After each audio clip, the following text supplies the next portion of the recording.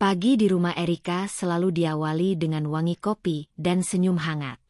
Rumah besar bergaya kolonial di sudut kota itu, warisan dari ayahnya yang telah meninggal 2 tahun lalu.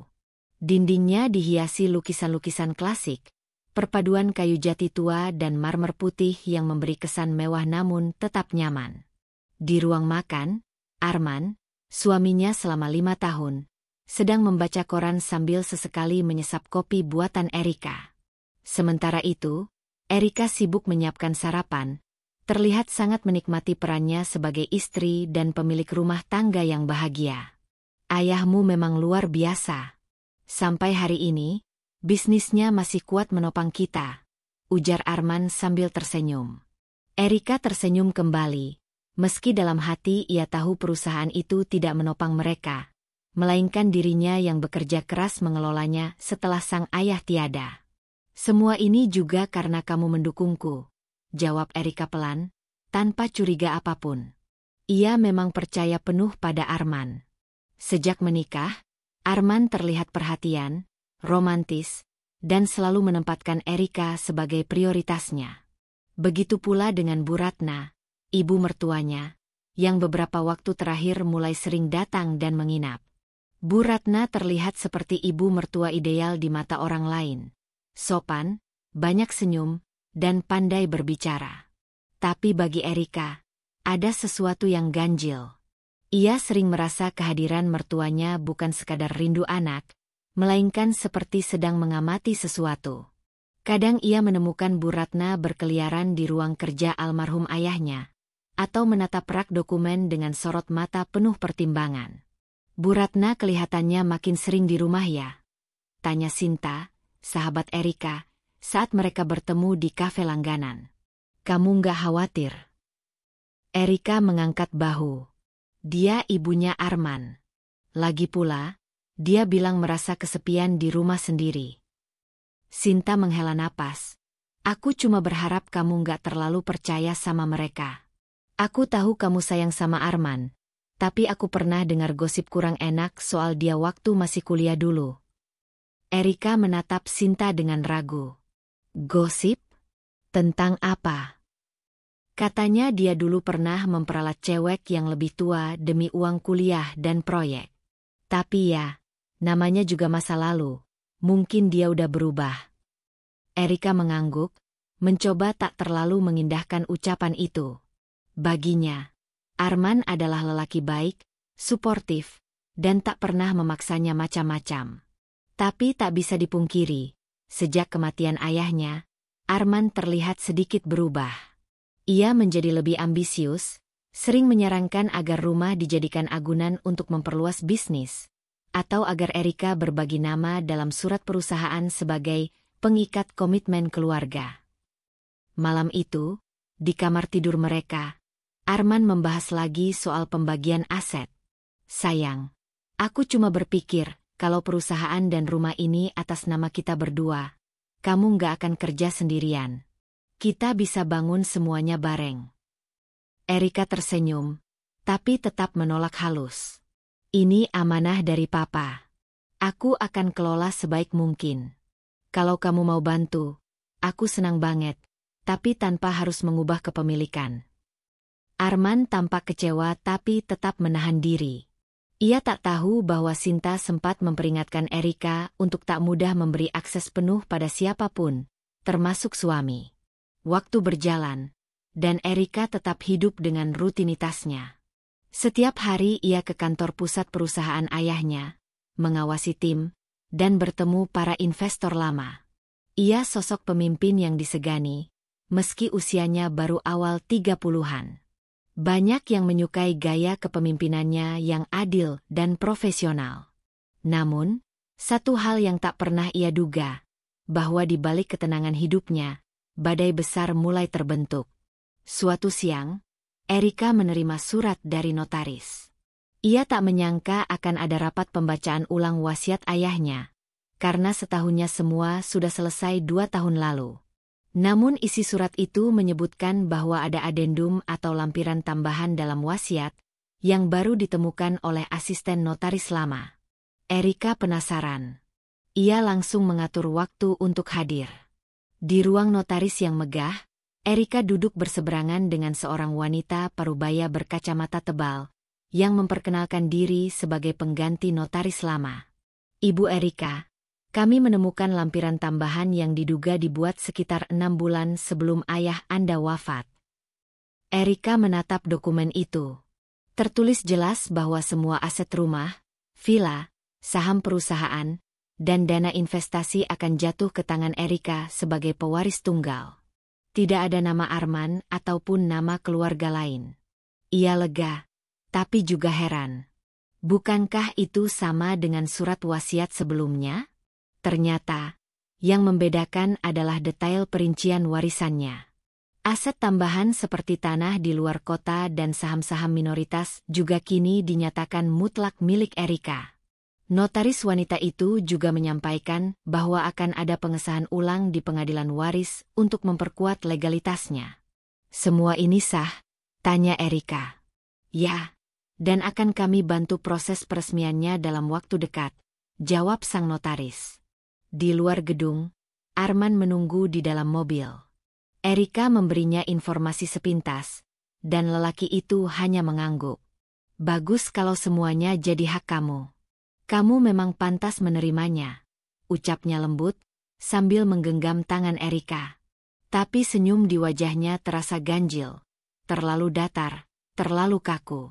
Beberapa hari setelahnya, Bu Ratna datang membawa makanan. Ia duduk di dapur sambil berbasa-basi, lalu tiba-tiba bertanya, Erika, kamu tahu nggak seharusnya harta warisan itu bisa dibagi rata ke keluarga besar? Kan bukan cuma kamu yang kehilangan. Erika terdiam. Tapi ini wasiat Papa. Aku hanya menjalankan amanahnya, Bu. Ya, tapi kamu tahu kan, Arman juga udah bantu mengurus banyak hal. Lagi pula, kamu kan istri, sekarang bagian keluarga kami juga, ujar Bu Ratna dengan nada manis yang terdengar menyengat. Ucapan itu membuat Erika tak nyaman. Ia mulai merasa bahwa niat baik mereka menyimpan kepentingan terselubung. Dan benar saja, malam harinya, saat ia mencari dokumen lama di ruang kerja ayahnya, ia mendapati lemari dalam keadaan sedikit terbuka. Beberapa map penting berantakan. Erika mulai curiga, tapi ia masih menahan diri untuk tidak menuduh siapapun. Hari-hari berikutnya berjalan lebih tegang. Arman mulai sering keluar malam, katanya rapat dengan partner baru. Bu Ratna lebih sering ikut campur dalam urusan rumah tangga, bahkan menyuruh Erika untuk mulai memindahkan sebagian aset ke rekening bersama. Tapi Erika tetap tenang, tetap tersenyum, meski di dalam hatinya mulai tumbuh kegelisahan. Pada suatu malam yang gerimis, Erika duduk sendirian di ruang tamu. Ia memandangi foto besar ayahnya yang tergantung di dinding. Pak, apa aku terlalu percaya sama mereka? Bisiknya pelan. Tak ada jawaban. Hanya suara rintik hujan dan denting jam tua di sudut ruangan. Namun malam itu, entah kenapa, Erika merasa bahwa segala ketenangan yang ia nikmati selama ini akan segera berubah. Dan ia belum tahu bahwa tawa mereka nanti di ruang sidang hanya akan menjadi awal dari petaka besar yang mereka ciptakan sendiri. Hari itu, langit cerah di atas gedung pengadilan negeri yang megah. Erika mengenakan blazer hitam dan celana kain senada. Wajahnya tegas namun tetap anggun. Di tangannya, ada map berisi dokumen penting dari notaris, lampiran wasiat ayahnya yang ditemukan baru-baru ini. Ia tidak menyangka bahwa surat itu akan menjadi awal dari keretakan rumah tangganya, bahkan dari pengkhianatan yang jauh lebih dalam. Sidang pengesahan wasiat hari itu berjalan lancar. Hakim menetapkan bahwa lampiran tersebut sah, dan semua yang tercantum di dalamnya menjadi harta warisan tunggal milik Erika. Termasuk villa di Lembang, saham mayoritas PT Bima Sentra, perusahaan ayahnya, serta tanah di Kalimantan yang dulunya sempat terlupakan. Saat palu diketuk hakim, Erika hanya bisa menarik napas lega. Ia merasa seolah almarhum ayahnya menuntaskan amanahnya dari alam lain. Namun, ketenangan itu tak berlangsung lama. Sore harinya, Saat ia pulang ke rumah, Arman sudah menunggunya di ruang tamu dengan wajah tak biasa. Di sampingnya, Bu Ratna duduk sambil menyeduh teh seperti biasa.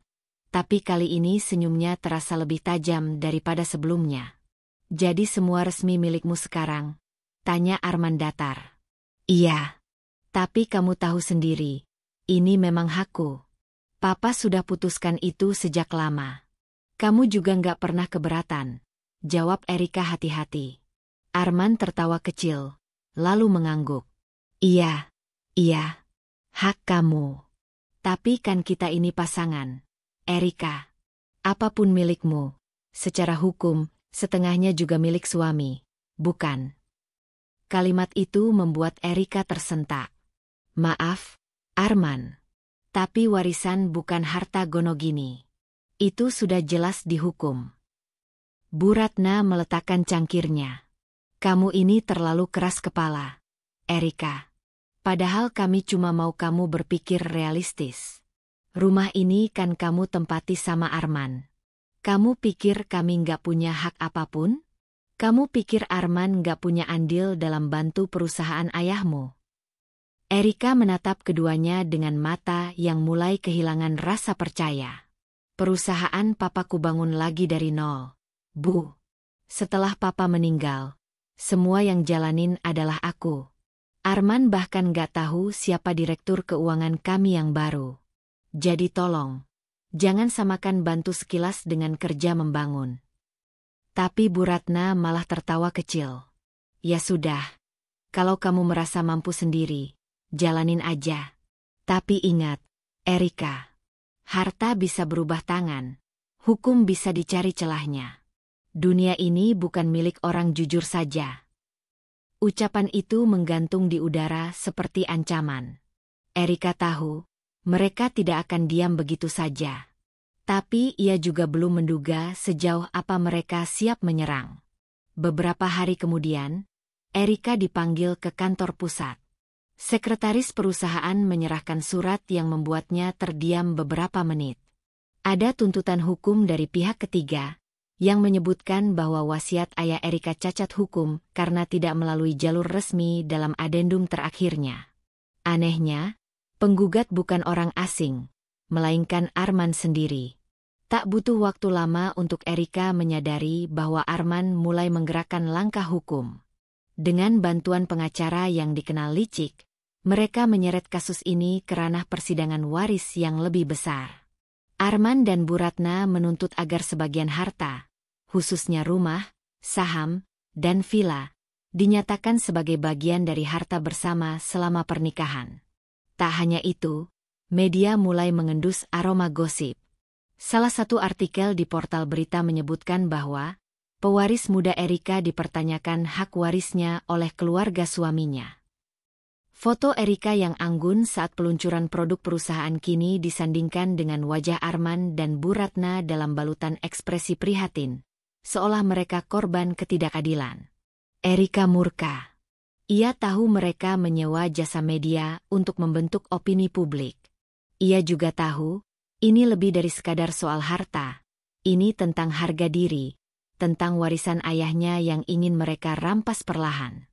Dalam tekanan itu, Erika menemui satu orang yang sudah lama ia hindari, Tante Sari, adik dari ayahnya yang tinggal di luar kota. Mereka sudah lama renggang karena perbedaan pandangan hidup.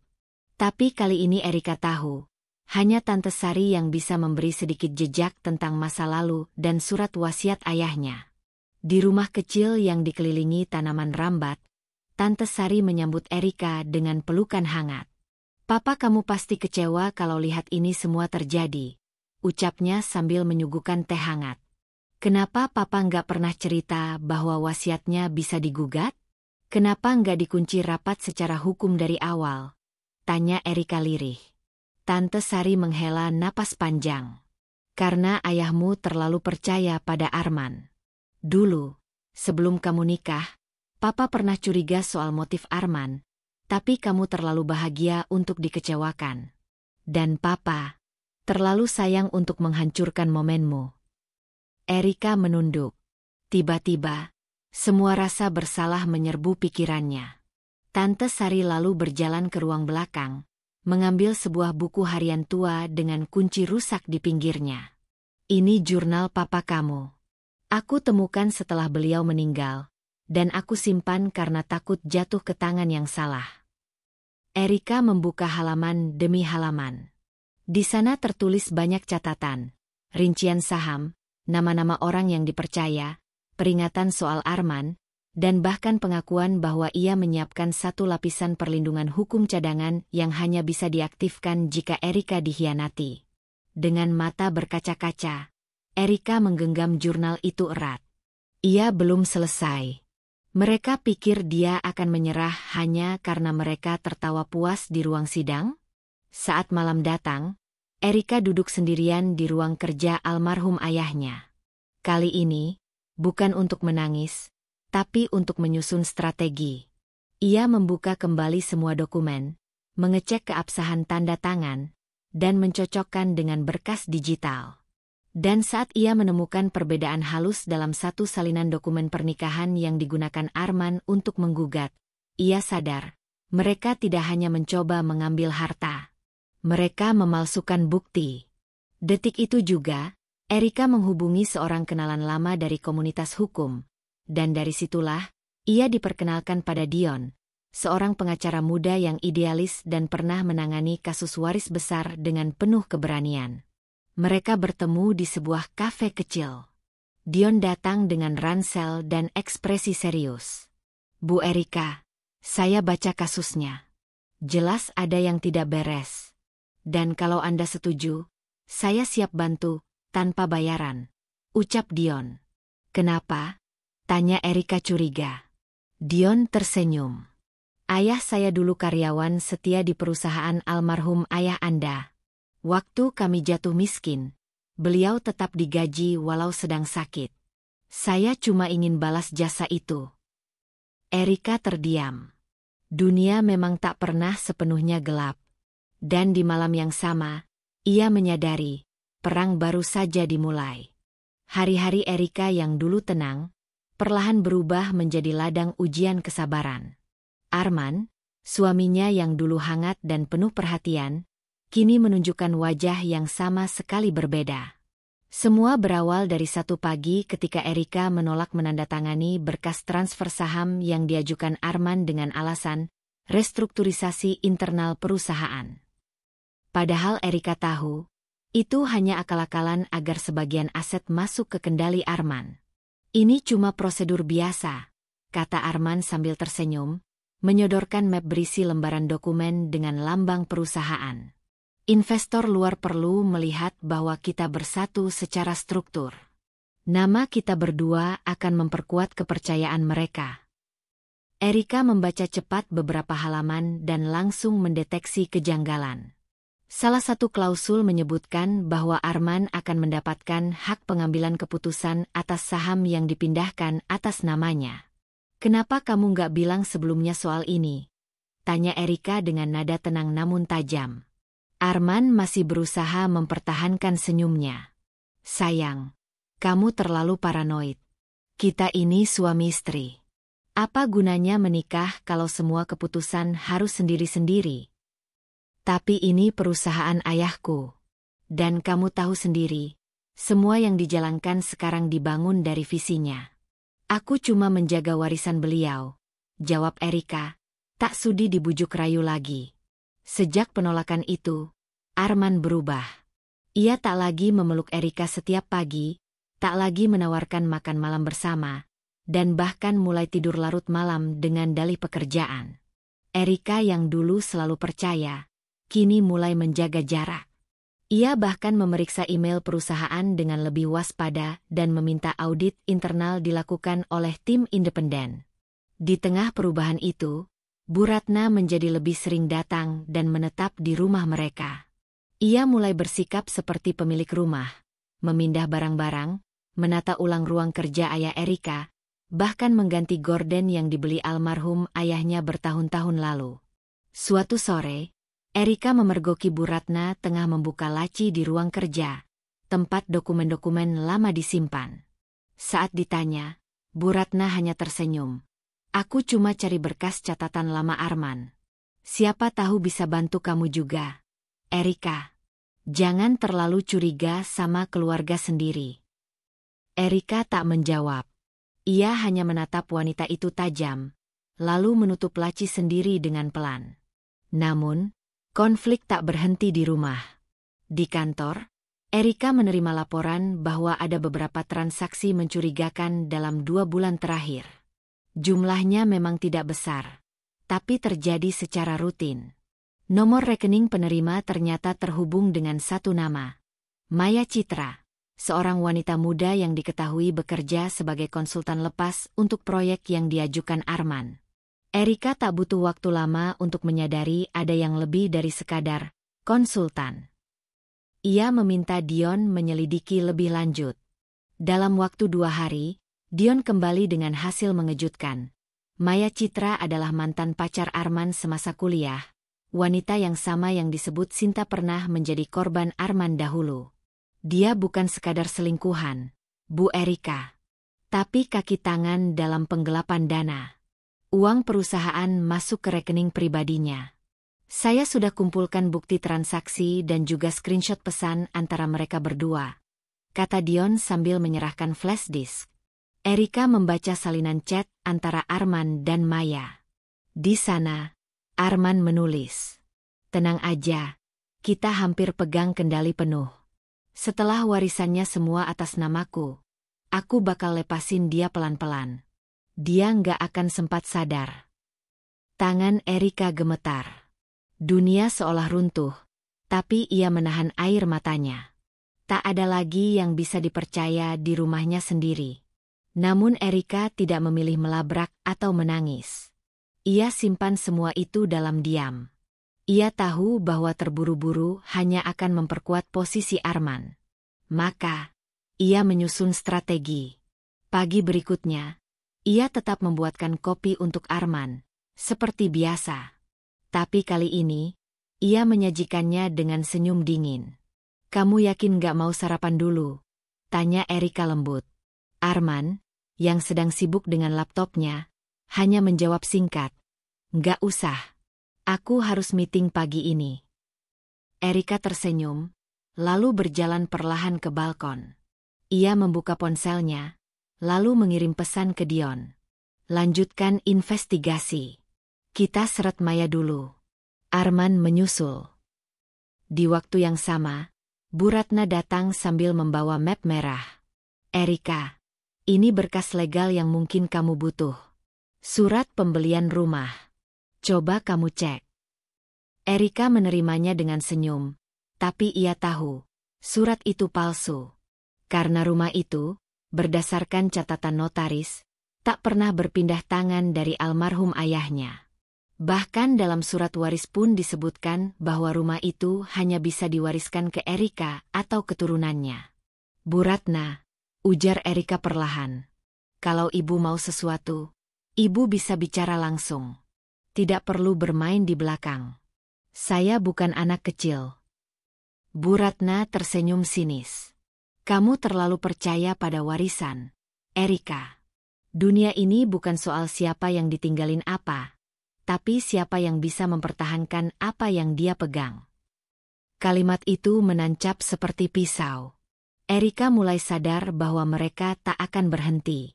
Mereka tak puas hanya menggugat warisan. Mereka ingin semuanya. Rumah, saham, kendali, dan bahkan hidup Erika.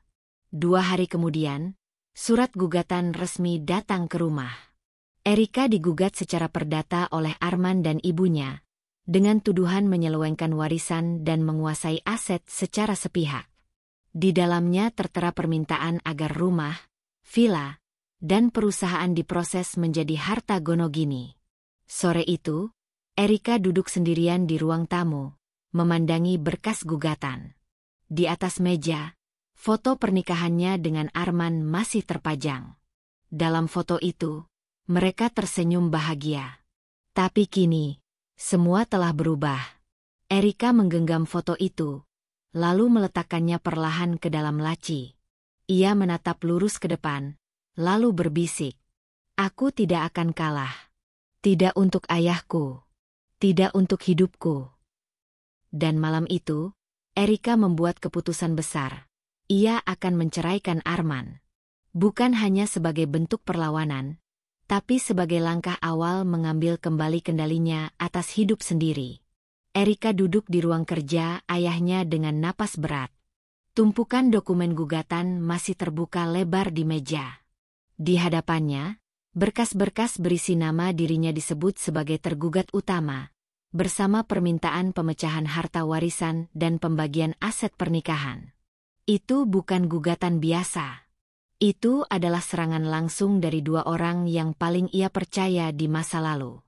Setelah malam sebelumnya memutuskan akan menceraikan Arman, Erika menghubungi Dion. Mereka bertemu di sebuah restoran kecil yang cukup jauh dari pusat kota, tempat yang tenang untuk menyusun langkah besar berikutnya. Langkah pertama, kita balas gugatan mereka dengan bukti bahwa Arman memalsukan data untuk mendapatkan hak atas saham, ujar Dion sambil membuka laptop. Dan kedua, kita ajukan cerai lebih dulu. Karena kalau kamu digugat duluan, kamu dalam posisi defensif. Tapi kalau kamu yang lebih dulu ajukan, kamu punya kontrol awal. Erika mengangguk. Aku mau dia tahu, aku nggak selemah yang dia kira. Sementara itu, di rumah, Arman dan Bu Ratna mulai menunjukkan sikap sesungguhnya. Mereka tak lagi berpura-pura baik. Arman menolak makan malam bersama, dan Bu Ratna mulai menyuruh asisten rumah tangga berpihak padanya. Bahkan, ia menyita kamar tamu dan mengusir Sinta, sahabat Erika, yang biasa menginap saat berkunjung. Ini rumah keluarga Arman juga, kata Bu Ratna suatu malam, saat Erika memprotes tindakannya. Kalau kamu masih merasa ini rumahmu sendiri, lebih baik kamu keluar saja. Kami sekarang punya hak. Erika hanya tersenyum. Ia tak ingin berdebat. Ia tahu permainan sudah dimulai. Keesokan harinya, Erika diam-diam menyewa jasa notaris swasta untuk menelusuri keabsahan surat-surat milik Arman. Salah satunya adalah surat kuasa yang katanya ditandatangani Erika untuk mengalihkan saham ke tangan Arman. Hasilnya mengejutkan. Tanda tangan itu palsu. Bahkan tinta yang digunakan tergolong baru. Ini berarti surat itu bukan dokumen lama, melainkan hasil rekayasa. Erika segera menyimpan semua bukti itu. Ia ingin melawan dengan tenang, mengumpulkan satu demi satu fakta dan saksi, bukan dengan teriakan atau amarah. Tapi di sisi lain, Arman justru menggencarkan tekanannya. Ia mengunjungi kantor pusat perusahaan milik ayah Erika, dan mulai menyebarkan desas-desus bahwa kepemimpinan Erika tak stabil. Ia mulai menghubungi investor lama dan mengatakan bahwa ia sedang mengurus peralihan struktur manajemen. Beberapa klien ragu dan mulai menarik kerjasama. Situasi internal menjadi keruh. Tapi Erika tidak tinggal diam. Ia memanggil para pemegang saham utama dan menyampaikan klarifikasi langsung. Dengan tegas, ia mengungkapkan bahwa ada upaya penipuan terhadap perusahaan dan bahwa ia sedang dalam proses hukum. Beberapa investor yang masih setia pada mendiang ayahnya berdiri di pihak Erika. Namun tekanan bertambah saat Arman dan Bu Ratna menggandeng pengacara kondang bernama Ramzi, seorang ahli hukum waris dan bisnis yang dikenal suka main kotor. Tak lama, muncullah gugatan tambahan dari pihak Arman.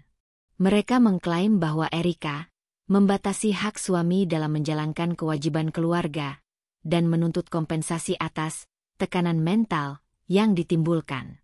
Dia menyalahgunakan hukum, ujar Dion dengan gusar setelah membaca gugatan baru itu. Tapi kita bisa balikan ini. Mereka pikir kamu sendiri. Tapi mereka belum tahu kita punya lebih dari sekadar bukti. Kita punya motif dan jalur pembuktian yang sah. Hari-hari Erika pun dipenuhi pertemuan dengan tim hukum, menelusuri dokumen warisan, mengecek aliran dana, hingga mencocokkan tanggal-tanggal surat kuasa palsu. Di tengah kesibukan itu, Erika sempat dikunjungi oleh salah satu mantan staf kepercayaan ayahnya, Pak Surya, yang kini sudah pensiun. Pak Surya datang membawa flash disk dan satu bundel kertas tua. Ini catatan keuangan terakhir yang saya buat untuk almarhum. Waktu itu, Pak Dimas, ayah Erika, curiga Arman hanya mendekat karena tahu kamu akan jadi pewaris utama.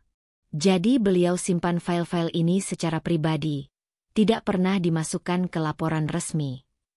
Erika terkejut. File tersebut menunjukkan adanya percakapan email antara Arman dan pihak luar, 2 bulan sebelum menikahi Erika, yang membahas rencana menanam saham menggunakan nama Erika. Bahkan ada bukti bahwa Arman menjual informasi internal perusahaan pada kompetitor. Erika makin yakin, pria yang selama ini menjadi suaminya hanyalah aktor yang memanfaatkan pernikahan demi menguasai kekayaan. Dalam sidang mediasi pertama, Erika datang dengan kepala tegak. Di ruang sidang, Arman dan Bu Ratna tampak sangat percaya diri. Arman mengenakan jas abu-abu dan duduk santai, sementara Bu Ratna berdandan mewah seolah hendak menghadiri pesta. Saat hakim membuka mediasi, Arman langsung menyerang. Yang mulia, klien kami merasa tertekan secara mental dan moral karena harta yang seharusnya menjadi milik bersama dikuasai sepihak. Ibu Erika menolak bekerja sama dalam urusan keluarga. Kami hanya menuntut keadilan. Erika menatapnya tenang. Yang mulia, saya punya bukti bahwa dokumen yang digunakan tergugat untuk mengklaim hak atas saham adalah hasil pemalsuan. Saya juga punya data aliran dana perusahaan yang mengalir ke rekening pribadi pihak ketiga, yang diduga adalah selingkuhan tergugat.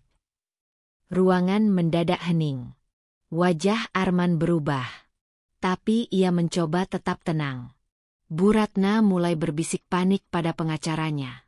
Hakim menyarankan agar proses mediasi ditunda dan masuk ke tahapan pembuktian karena gugatan balasan Erika dianggap cukup serius untuk dilanjutkan sebagai perkara pidana. Di luar ruang sidang, Arman dan Bu Ratna sempat tertawa, berusaha menunjukkan pada publik bahwa mereka masih di atas angin. Tapi Erika tahu, mereka mulai goyah. Mereka terlalu cepat tertawa. Mereka belum sadar bahwa langkah-langkah mereka terekam dan bisa dijadikan senjata balik. Setibanya di rumah, Erika membuka map merah yang baru diberikan Dion. Di dalamnya, ada laporan transfer mencurigakan yang digunakan Arman untuk membayar properti mewah atas nama Maya Citra. Bukti itu akan jadi kartu truf. Tapi Erika tidak akan memainkannya sekarang. Biarkan mereka merasa menang dulu, ucap Erika lirih sambil menatap langit dari balkon rumahnya. Aku ingin mereka tahu rasa kalah, di saat mereka merasa tak terkalahkan. Malam itu, Erika duduk di depan perapian kecil yang menyala di sudut ruang tamu. Layar laptopnya menampilkan rekaman CCTV yang baru ia dapatkan dari Dion. Video itu diambil dari sebuah villa pribadi yang ternyata milik Arman, sebuah tempat yang tak pernah ia tahu selama ini. Di video itu, Arman terlihat sedang berdua dengan seorang wanita. Maya Citra. Wanita yang beberapa kali sempat ia curigai sebagai rekan bisnis Arman, kini tak bisa bersembunyi lagi. Mereka tampak mesra, berciuman, tertawa, bahkan membahas pembagian aset yang belum sah. Kalau semua udah beres, rumah Erika itu kita jual aja. Kamu kan bisa beli apartemen di luar negeri pakai namanya, ujar Arman dalam video itu. Maya hanya tersenyum dan menyender manja. Kita tinggal nikmati sisa hidup kita. Gampang. Sakit? Tentu saja. Tapi bukan kesedihan yang menguasai Erika malam itu, melainkan rasa lega. Kebenaran akhirnya keluar dengan cara yang paling terang. Tak lagi perlu menduga, tak perlu meraba. Ini lebih dari cukup untuk menumbangkan Arman secara hukum maupun moral. Esok harinya, Erika menemui Dion dan tim hukumnya. Mereka segera menyusun strategi untuk menjadikan video itu sebagai bukti dalam proses perceraian, dan menjerat Arman atas dugaan perselingkuhan dan penyalahgunaan aset pernikahan. Erika tidak hanya ingin bercerai, ia ingin melepaskan dirinya dari belenggu manipulasi dengan kemenangan yang bersih. Proses pengajuan gugatan cerai pun dimulai. Erika tak lagi bertahan dalam pernikahan semu itu. Saat Arman menerima surat panggilan, wajahnya pucat. Ia bahkan menelepon Erika beberapa kali, tapi tak satu pun dijawab. Erika sengaja membiarkannya menggantung dalam kecemasan. Di sisi lain, Bu Ratna makin agresif. Ia menyebar gosip ke lingkungan sosial mereka, mengatakan bahwa Erika adalah istri durhaka yang mengusir ibu mertua dan tidak hormat pada suami. Perempuan ambisius yang gila kekuasaan, begitu kata-katanya di salah satu arisan keluarga besar. Tapi yang tidak ia sadari, beberapa ibu sosialita yang hadir justru diam-diam mengirim rekaman itu kepada Erika. Alih-alih marah, Erika malah tersenyum. Ia menyimpan semua rekaman itu untuk hari yang tepat. Dan hari itu akan datang lebih cepat dari yang dikira. Sementara itu, Maya Citra mulai panik. Ia mulai ditekan oleh rekan bisnisnya karena tercium kabar bahwa ia terlibat dalam permainan kotor menyangkut aset perusahaan besar milik keluarga Erika. Beberapa kontrak yang sempat ia jajaki mendadak batal, dan namanya muncul dalam penyelidikan laporan penggelapan dana. Arman, kamu janji semuanya aman. Kenapa sekarang malah aku yang kena imbasnya? Bentaknya saat mereka bertemu di apartemen sewaan. Arman mulai kehilangan kendali. Kita harus bikin Erika mencabut gugatan itu. Kalau dia terus maju, kita bisa kena pasal penipuan. Namun rencana mereka justru gagal total. Erika tak hanya melanjutkan gugatan cerai, tapi juga menyertakan tuntutan balik atas pencemaran nama baik, manipulasi surat, dan penyalahgunaan harta bersama. Dan yang lebih parah, Maya ternyata sudah mulai menjauh. Ia menyelamatkan dirinya sendiri dengan mengaku bahwa Arman adalah otak utama semuanya. Dalam sebuah sesi mediasi yang dilaksanakan tertutup, Maya muncul sebagai saksi kejutan di pihak Erika. Ia memberikan testimoni bahwa seluruh rencana perebutan aset dirancang oleh Arman dan Bu Ratna. Ia bahkan membawa bukti percakapan digital dan transfer dana dari rekening Erika ke rekening Maya, yang dilakukan tanpa izin pemilik sah. Erika datang dengan anggun ke mediasi itu, mengenakan setelan krem sederhana. Ketika Maya duduk di hadapannya sebagai saksi, tak ada kata yang keluar dari bibir Erika selain, "Terima kasih sudah memilih kebenaran." Arman kehilangan arah. Wajahnya merah padam. Bu Ratna memaki Maya habis-habisan di lorong pengadilan. "Dasar perempuan murahan. Kau hianati kami." Namun Maya hanya menunduk dan pergi diam-diam, meninggalkan Arman yang kini berdiri sendiri. Hari demi hari, berita mulai menyebar. Media bisnis menyoroti kasus ini karena menyangkut pemalsuan dokumen perusahaan besar. Para investor yang sebelumnya ragu, kini justru kembali mendekati Erika, menyatakan dukungan penuh atas keberaniannya menghadapi krisis secara profesional. Di rumah, suasana berubah drastis. Bu Ratna mulai mengemasi barang-barangnya setelah menerima surat resmi dari pengacara Erika. Rumah yang mereka tempati bukanlah milik Arman, melainkan warisan pribadi dari ayah Erika yang tidak tercatat sebagai harta bersama. Bu Ratna harus keluar dalam waktu 7 hari. Tak ada ruang negosiasi. "Mau kamu apakan kami sekarang?" tanya Arman dalam pertemuan pribadi terakhir mereka. Erika menatapnya dengan mata tajam namun tenang. "Aku tidak akan menyentuh kalian dengan cara kotor, Arman. Aku hanya biarkan hukum berjalan. Tapi satu hal yang pasti, hidupku bukan milikmu lagi.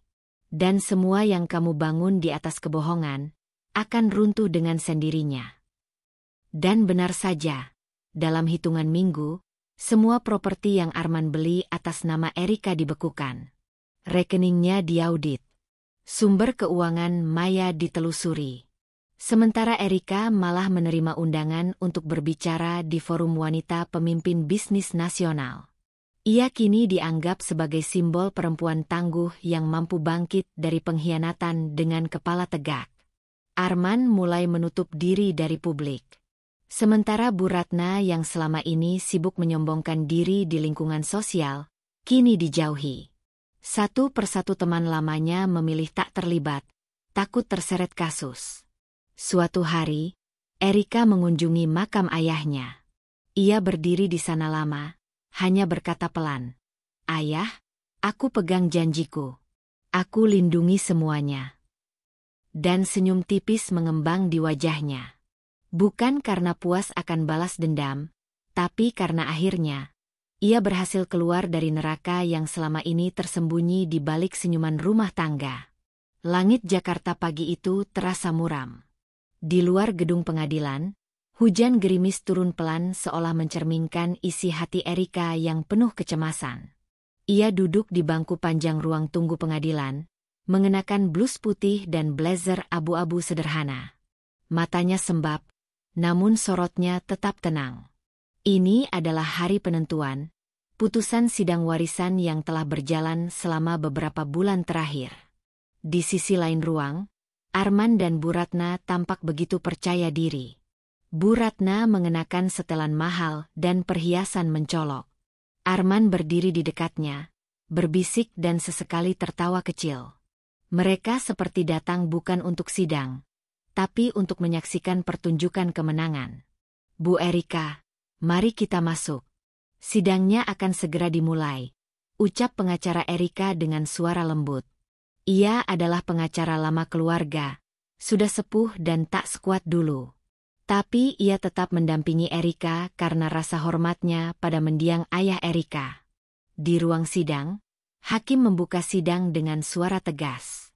Seluruh pihak berdiri, dan ketegangan langsung terasa menyesakan. Erika mendengarkan dengan saksama, meski tangannya gemetar. Ia tahu bahwa dokumen-dokumen yang diserahkan oleh pihak Arman telah berhasil menggoyahkan banyak hal, termasuk kredibilitas surat wasiat asli ayahnya. Hakim mulai membacakan keputusan. Suaranya berat dan berwibawa.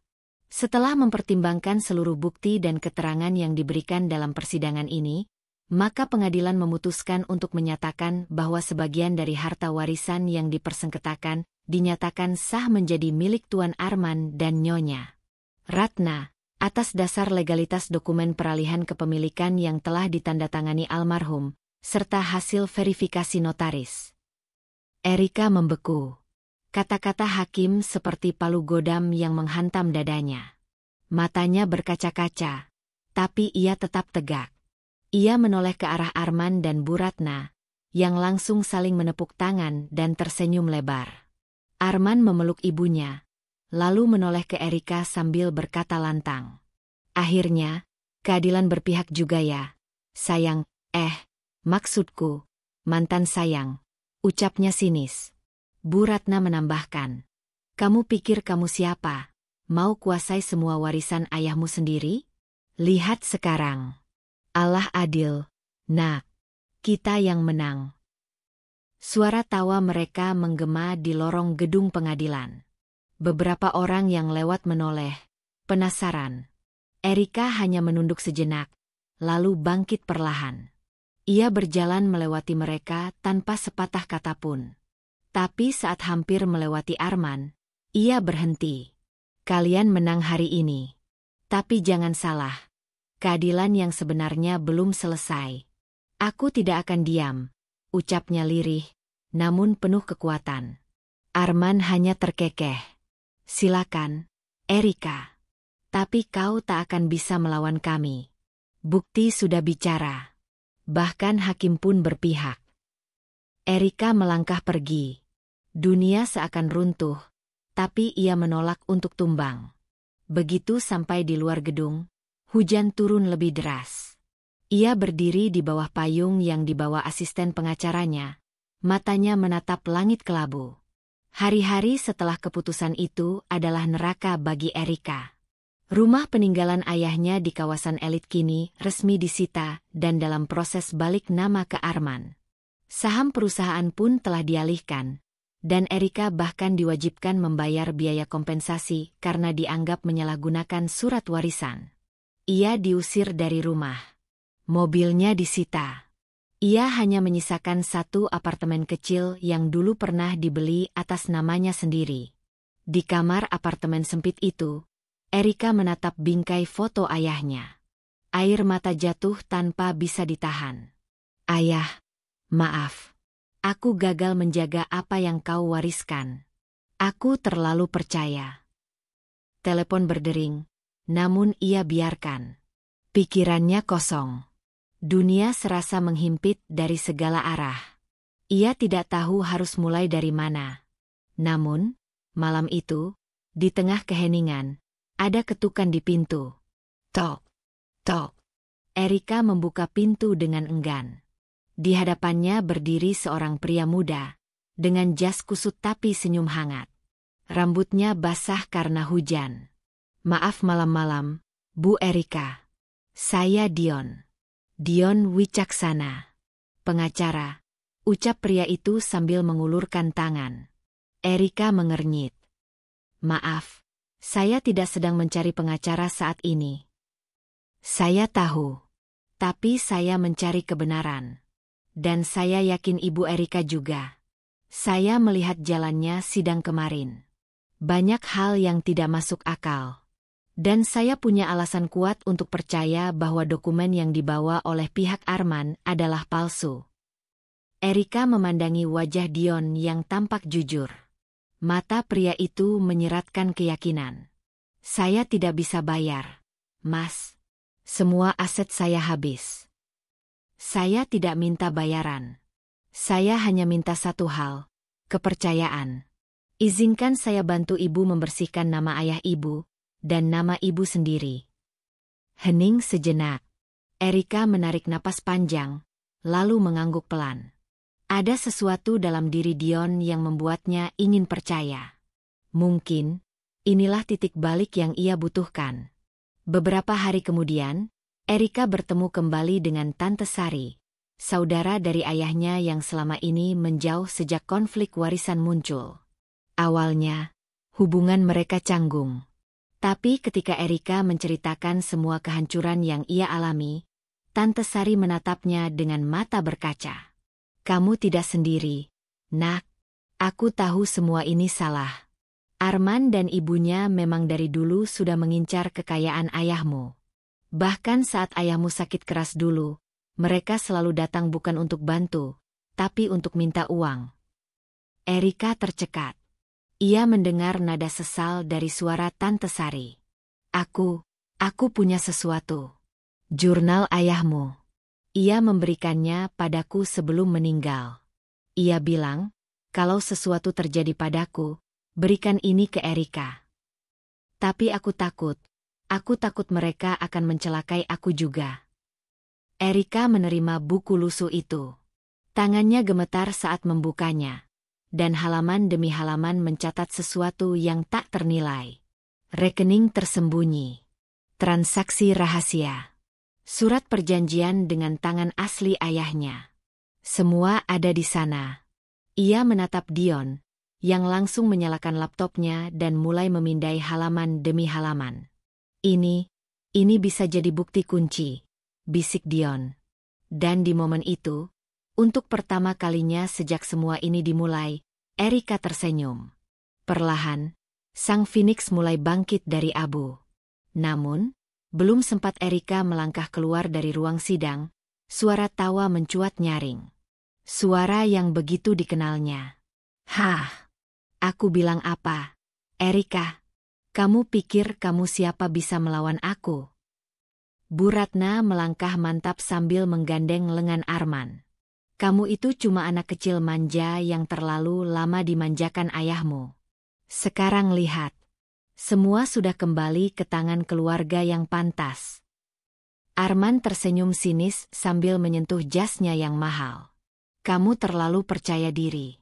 Dunia bisnis bukan buat orang lemah sepertimu, Erika. Erika menggenggam dokumen keputusan sidang itu erat-erat. Pipinya dingin karena air mata yang belum sempat ia usap. Semua mata memandang, beberapa penuh iba, beberapa sinis. Tapi ia tetap berdiri, meski lututnya hampir goyah. Kalian belum menang sepenuhnya, ucap Erika pelan, tapi tegas. Aku mungkin jatuh, tapi aku belum selesai. Bu Ratna menyipitkan mata. Kalau kamu punya harga diri, kamu akan terima kekalahan ini dengan kepala tertunduk. Tapi seperti biasa, kamu memang keras kepala. Warisan ayahmu sekarang jadi milik kami. Kamu, cuma kenangan yang akan dilupakan. Suara tawa mereka masih menggema saat Erika melangkah menjauh. Namun di setiap langkahnya yang berat, di setiap hembusan napas yang menyesakkan, Erika mulai merasakan satu hal yang baru lahir dari puing-puing hatinya. Tekad. Beberapa hari berlalu. Rumah warisan ayahnya sudah kosong. Beberapa barang pribadinya dipindahkan ke rumah sewa kecil di pinggiran kota. Erika menghabiskan malamnya menatap kotak berisi surat-surat lama dan foto masa kecil. Di antara foto-foto itu, satu foto memperlihatkan ia dan ayahnya di depan rumah saat peresmian perusahaan keluarga. "Ayah, maaf aku belum bisa pertahankan semuanya," bisiknya. Di tengah keputusasaan itu, telepon berdering. Nomor tak dikenal. Erika nyaris tak menjawab, tapi ia akhirnya mengangkat. "Halo, ini Erika. Saya Dion. Saya mendengar tentang kasus Anda dari salah satu mantan rekan ayah Anda. Saya pengacara. Dan saya percaya Anda dijebak."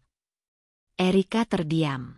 Suara pria itu terdengar muda namun tenang dan profesional. "Saya tahu ini mendadak, tapi saya punya waktu dan niat membantu Anda. Tak perlu bayar saya sekarang. Yang penting, Anda percaya bahwa Anda bisa bangkit.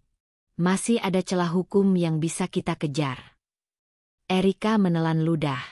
Di tengah gelapnya jalan yang ia tempuh, suara Dion seperti seberkas cahaya samar. "Kenapa Anda ingin membantu saya?" "Karena saya benci ketidakadilan," jawab Dion singkat. "Dan saya percaya, yang terjadi pada Anda adalah bentuk ketidakadilan yang paling kejam, pengkhianatan dari orang terdekat."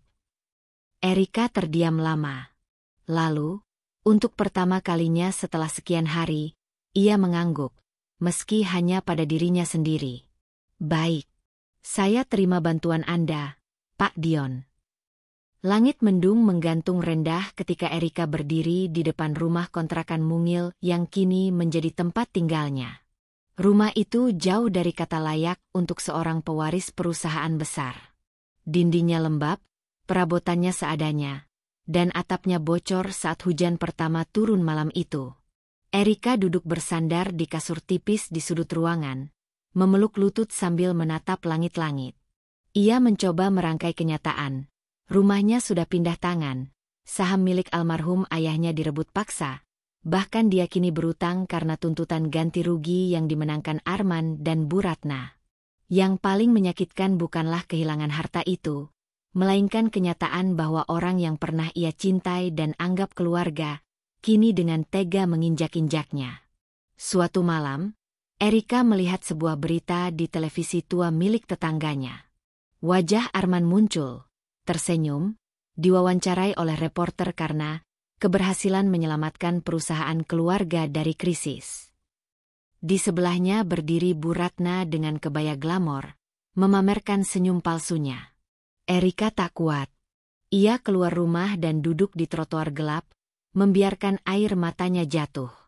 "Aku kalah. Aku benar-benar kalah." Namun tiba-tiba, sebuah suara berat namun tenang memecah kesunyian. "Kalau kamu benar-benar kalah, kamu nggak akan keluar dari rumah dan menatap langit malam begini." Erika menoleh. Dion berdiri di sana dengan jaket hitam dan map di tangannya. "Kamu kelihatan butuh secangkir kopi dan sedikit rasa percaya diri," lanjutnya sambil tersenyum. Beberapa hari kemudian, Erika dan Dion mulai bekerja dari ruang tamu rumah kontrakan. Dion membawa beberapa berkas yang sudah ia kumpulkan. Ternyata, banyak kejanggalan dalam dokumen warisan yang digunakan oleh Arman dan Bu Ratna. "Lihat ini." Dion menunjukkan satu dokumen fotokopi. Tanda tangan almarhum ayahmu berbeda di dua surat wasiat yang katanya asli. Goresannya, tekanan penanya, bahkan jenis tintanya tidak sama. Kita bisa curigai pemalsuan. Erika menyimak dengan saksama. "Tapi mereka menang di sidang. Karena bukti yang kamu bawa belum cukup kuat. Tapi aku punya jalur lain. Kita ajukan banding." Kita juga kumpulkan bukti baru. Mungkin butuh waktu, tapi kita bisa dobrak mereka dari dalam. Erika menghela napas dalam. Untuk pertama kalinya, ada rasa harapan yang tumbuh. Dan kita butuh satu lagi. Dion menatap Erika lekat. Seseorang dari dalam keluarga yang tahu kebusukan mereka. Mendengar itu, Erika teringat satu nama. Tante Sari, adik dari mendiang ayahnya yang dulu menjauh karena tak setuju dengan pernikahan ayah Erika dengan Bu Ratna. Keesokan harinya, Erika menemui Tante Sari di rumah lamanya di Bandung. Wanita tua itu tampak kaget dan ragu saat membuka pintu. "Erika?" tanyanya. "Iya, Tante. Aku datang bukan minta warisan. Aku cuma mau tahu, apakah Tante tahu apa yang sebenarnya terjadi dulu?" Tante Sari menatapnya lama. Lalu, air matanya mengalir. Ia mempersilakan Erika masuk, lalu membuka lemari tua dan mengambil sebuah kotak kecil berisi jurnal, surat-surat lama, dan rekaman suara. "Ini semua milik ayahmu." Ia pernah curiga bahwa Bu Ratna dan Arman menyembunyikan sesuatu. Tapi sebelum dia bisa bertindak, dia mendadak jatuh sakit dan meninggal. Erika membuka jurnal itu. Di dalamnya ada catatan tentang beberapa rekening tersembunyi, aliran dana mencurigakan, serta nama-nama notaris yang sempat didekati Bu Ratna. Tante Sari memegang tangan Erika. "Nak, saat kamu kecil, ayahmu bilang kamu adalah penerus yang ia percaya. Jangan biarkan mereka mengambil semua warisan hidupmu, termasuk harga diri." Erika tak bisa berkata-kata. Tapi matanya berbicara. Ada api kecil yang kembali menyala di sana. Sementara itu, di tempat lain, Arman mulai kelimpungan. Salah satu proyek yang ia pamerkan sebagai sukses besar, ternyata bangkrut karena salah kelola. Beberapa investor lama mengundurkan diri karena tak lagi percaya kepadanya. Ia tak tahu bahwa Erika diam-diam sedang kembali bergerak. Bukan dengan kemarahan, tapi dengan strategi. "Arman itu seperti tikus yang gigit kabel rumah sendiri," kata Dion sambil menyusun kronologi data. Dia pikir dia menang, padahal perlahan dia menggali lubang untuk dirinya sendiri. Erika tersenyum kecil. "Kali ini, aku akan hadapi mereka bukan dengan emosi, tapi dengan kecerdasan." Di akhir episode ini, Erika berdiri sendiri di depan gedung bekas kantor ayahnya, yang kini dikuasai Arman. Ia tidak lagi menatap dengan marah, melainkan dengan tenang. "Selangkah demi selangkah, aku akan rebut semua kembali." Dan saat angin sore berembus menyapu rambutnya, suara dalam hatinya bergema mantap, "Aku bukan korban. Aku adalah api yang sempat padam, tapi kini menyala lebih besar dari sebelumnya." Pagi itu, Erika duduk di depan meja kerja sederhana dengan laptop bekas dan setumpuk dokumen warisan yang perlahan-lahan mulai ia pahami. Di sampingnya, Dion menuangkan kopi dari termos ke dua cangkir kecil.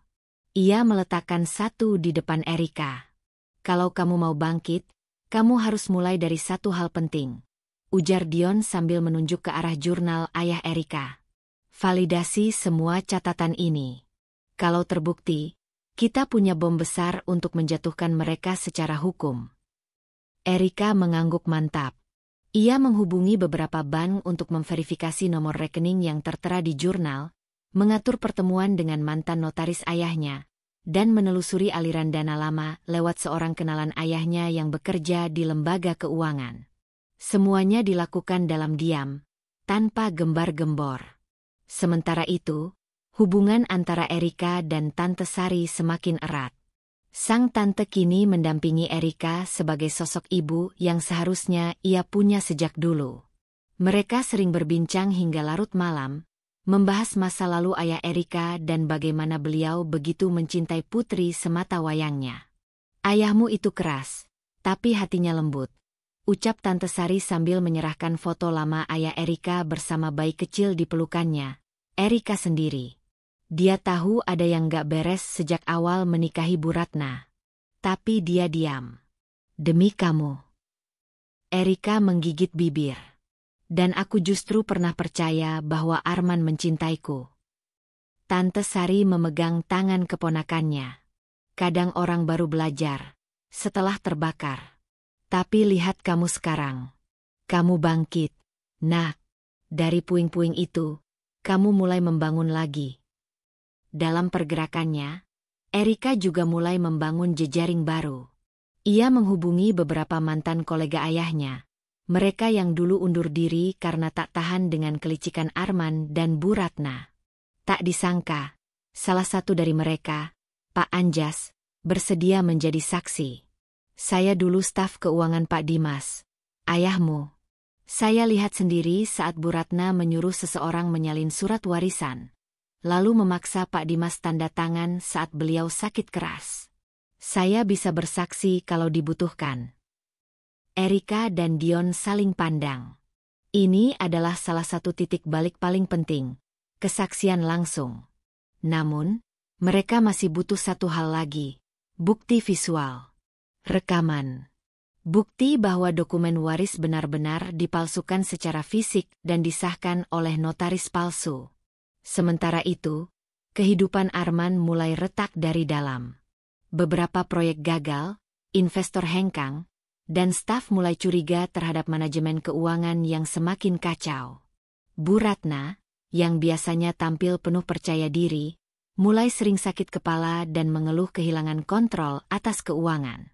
Semua berantakan karena kamu. Semprot Bu Ratna pada Arman saat mereka makan malam. Kalau kamu gak ikut campur, semua gak akan begini. Arman membanting gelas ke meja. Bu Ratna menatapnya tajam. Kamu pikir aku mau lihat kamu hancur? Semua ini demi kamu. Demi kita. Namun, di balik argumen itu, benih kehancuran sudah tumbuh. Dan Erika hanya perlu satu dorongan lagi untuk membuat bangunan palsu itu runtuh. Beberapa hari kemudian, Dion membawa satu flash disk yang sangat berharga. Aku dapat dari kenalan notaris senior. Ini rekaman CCTV dari kantor notaris gadungan yang digunakan Bu Ratna. Lihat sendiri. Erika memasukkan flash disk ke laptop, dan layar menampilkan rekaman video. Terlihat jelas Bu Ratna memberikan amplop tebal kepada seorang pria tua yang mencetak dokumen di printer butut. Lalu, pria itu menyodorkan surat yang kemudian ditandatangani Bu Ratna sendiri, menggunakan nama almarhum ayah Erika. Erika tak berkedip. Rahangnya mengeras. Tangannya mengepal. Tapi suaranya tenang saat berkata, "Ini dia. Ini bukti kunci kita." Beberapa hari kemudian, Erika dan Dion mengajukan gugatan balik. Kali ini bukan soal pembagian warisan, tetapi kasus pidana, pemalsuan dokumen hukum, manipulasi data warisan, dan penipuan dalam proses legal. Erika tak lagi sendiri.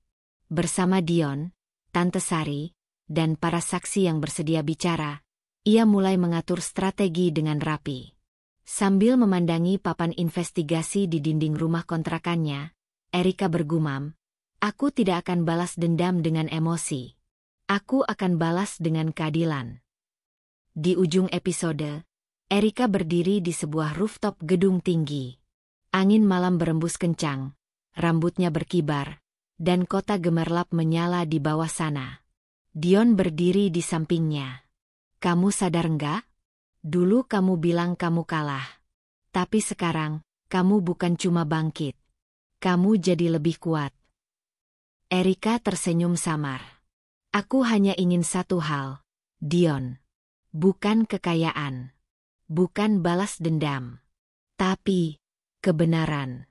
Dan kalau aku bisa meraihnya dengan cara yang benar, maka semua penderitaanku kemarin tidak sia-sia." Hujan gerimis turun saat Erika dan Dion keluar dari kantor pengacara malam itu. Keduanya memutuskan untuk tidak pulang langsung. Ada satu tempat yang perlu mereka datangi. Rumah Tante Sari. Tante Sari sudah menunggu dengan secangkir teh hangat di tangan dan sebuah kotak kayu kecil di atas meja. Saat Erika duduk, wanita parubaya itu menyerahkan kotak tersebut tanpa banyak kata. "Ayahmu menyimpannya di tempat tersembunyi. Aku baru menemukannya saat membereskan barang-barangnya di gudang rumah lama. Erika membuka kotak itu dengan hati-hati. Di dalamnya terdapat tumpukan kertas tua, beberapa buku jurnal, dan sebuah flash disk kecil yang dibungkus kain beludru. Di sampingnya, ada surat bertuliskan tangan ayahnya. Jika suatu hari aku tidak ada, dan ada yang mencoba mengambil yang bukan miliknya, Erika, buka ini. Tangan Erika gemetar saat membacanya. Dion yang duduk di sampingnya langsung menyalakan laptop dan memasukkan flash disk itu. Layar terbuka dengan folder bernama Rekam Jejak Keuangan Pribadi Perusahaan. Erika dan Dion menahan napas saat membuka file demi file. Laporan keuangan rahasia, daftar rekening luar negeri, bukti transfer dari dan ke rekening milik Arman, dan sebuah jurnal harian digital yang ditulis oleh ayah Erika sendiri. Tahun 2016. Arman mulai memanfaatkan posisinya di perusahaan. Aku tahu dia punya proyek fiktif. Tapi aku diam. Karena Erika terlalu mencintainya. 2018, aku tahu Bu Ratna memalsukan beberapa dokumen. Bahkan ada notaris gadungan yang dipakai untuk mengubah sebagian nama pemilik saham. 2020 aku sadar, mereka mengincar segalanya. Tapi aku tidak punya waktu banyak. Aku harap Erika suatu hari cukup kuat untuk membaca semua ini. Erika menutup laptop. Matanya basah. Bukan karena kelemahan, tetapi karena tekad yang baru menyala. Semua bukti yang selama ini tersembunyi kini ada di tangannya. Dion, ini bukan hanya soal warisan. Ini penipuan bertahun-tahun. Ini pengkhianatan terhadap ayahku. Dion mengangguk. Dan kita bisa gunakan semuanya. Tapi kita harus pelan. Strategi kita bukan menyerang terang-terangan. Kita buka perlahan, satu persatu. Erika mengangguk. Kita buat mereka runtuh oleh keserakahan mereka sendiri. Sementara itu, di sisi lain kota, Arman mulai panik. Salah satu proyek investasinya macet. Seorang investor mengancam akan menarik dana karena laporan keuangan tidak transparan. Ia pulang ke rumah dengan emosi meledak-ledak. Semua kacau. Bentaknya di hadapan Bu Ratna. Kenapa kamu panik begitu? Tenang. Kita masih punya rumah ini, saham itu, dan properti di Bali. Arman menatap ibunya dengan mata merah. Dan kamu yakin itu aman?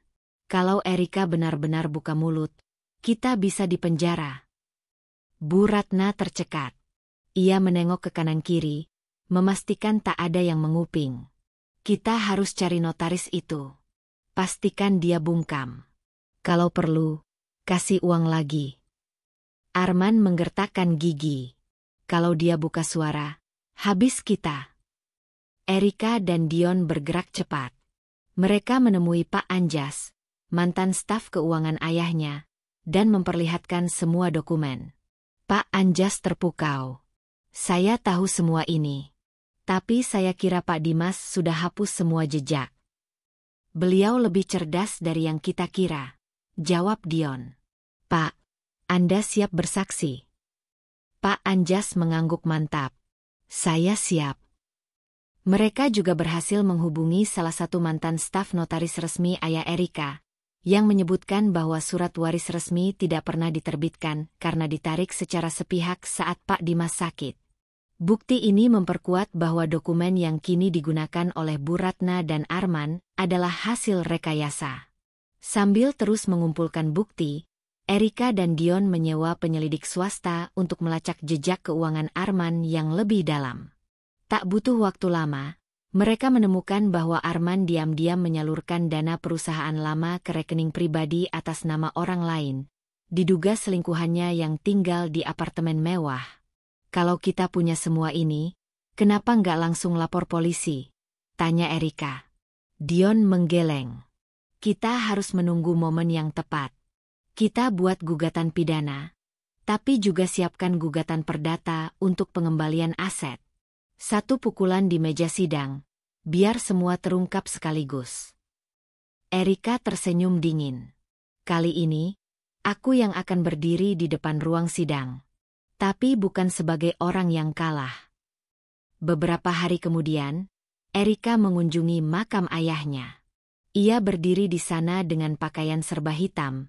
Angin berhembus pelan. Ayah, aku dulu lemah.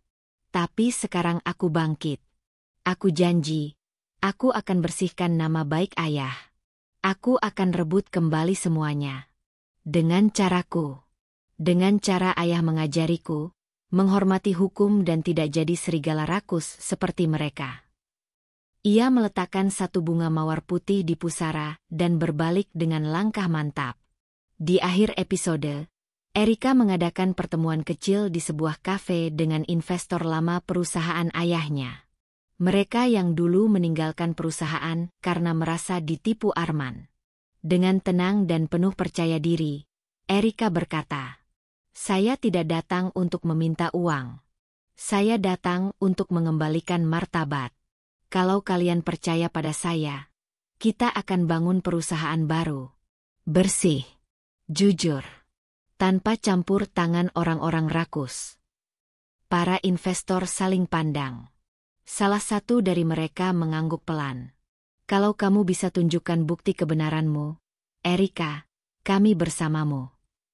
Erika tersenyum. "Tunggu tanggal mainnya."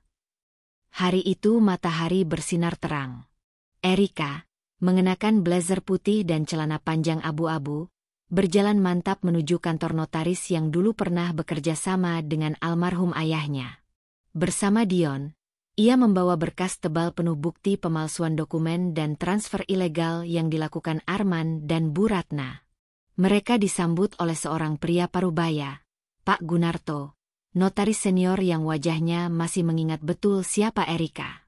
"Aku ingat kamu, anak Pak Dimas," ucapnya lirih. Beliau orang jujur. "Sayang sekali semua jadi seperti ini." Erika meletakkan berkas di atas meja. "Pak Gan, saya tahu ini bukan hal kecil. Tapi tolong lihat ini. Bukti-bukti yang menunjukkan bahwa surat warisan yang sekarang digunakan Bu Ratna dan Arman itu palsu. Mereka bahkan mengganti notaris dan menyuap staf rumah sakit untuk mencatat surat tersebut seolah ditandatangani saat ayah sakit." Pak Gunarto mengerutkan kening. Tangannya mulai membuka lembar demi lembar dokumen. Matanya membaca cepat namun tajam. Setelah 15 menit hening, ia menatap Erika dengan ekspresi berat. "Kalau semua ini benar, ini bukan sekadar pemalsuan surat waris. Ini skandal hukum. Mereka bisa dijerat pasal berlapis. Tapi kamu siap, Erika? Ini akan mengguncang semuanya, termasuk reputasi keluarga." Erika mengangguk tenang. "Saya sudah kehilangan nama baik karena difitnah. Sudah saatnya saya rebut lagi, bukan dengan amarah, tapi dengan kebenaran." Sementara itu, di rumah mewah Bu Ratna, Arman terlihat cemas. Ia baru saja menerima surat pemanggilan dari kejaksaan untuk investigasi awal terkait laporan anonim yang menuduhnya melakukan penggelapan aset dan pemalsuan dokumen waris. Bu Ratna panik. "Kamu bilang semua sudah aman, Arman. Kenapa sekarang malah dapat surat pemanggilan?" "Aku juga nggak tahu, Bu. Mungkin ada orang dari dalam yang membocorkan. Atau Erika." Mereka tak tahu, Erika memang sengaja mengirimkan laporan awal ke kejaksaan, lengkap dengan identitas saksi anonim dan dokumen pendukung tahap pertama. Itu belum semuanya. Dia masih menyimpan pukulan utama di kantor hukum Dion. Sementara tim pengacara menyusun gugatan perdata dan pidana yang akan diajukan secara bersamaan, Erika duduk di ruang meeting membahas taktik bersama Dion dan dua pengacara senior lainnya. Langkah pertama adalah gugatan warisan. Kita tarik kembali semua aset yang diambil atas dasar dokumen palsu, termasuk rumah utama dan aset perusahaan yang telah dijual. Jelas Dion. Langkah kedua, tanya Erika. Langkah kedua, kita gugat Arman atas nama perdata dan pidana untuk pencucian uang dan penggelapan aset perusahaan. Kita lampirkan bukti transfer ke rekening selingkuhannya yang sekarang tinggal di apartemen di Menteng. Erika menyeringai. Dia pikir dia licik. Tapi dia lupa. Aku anak Dimas Rahardian. Di hari berikutnya, surat gugatan resmi dilayangkan ke pengadilan. Kabar itu cepat menyebar ke media bisnis dan hukum.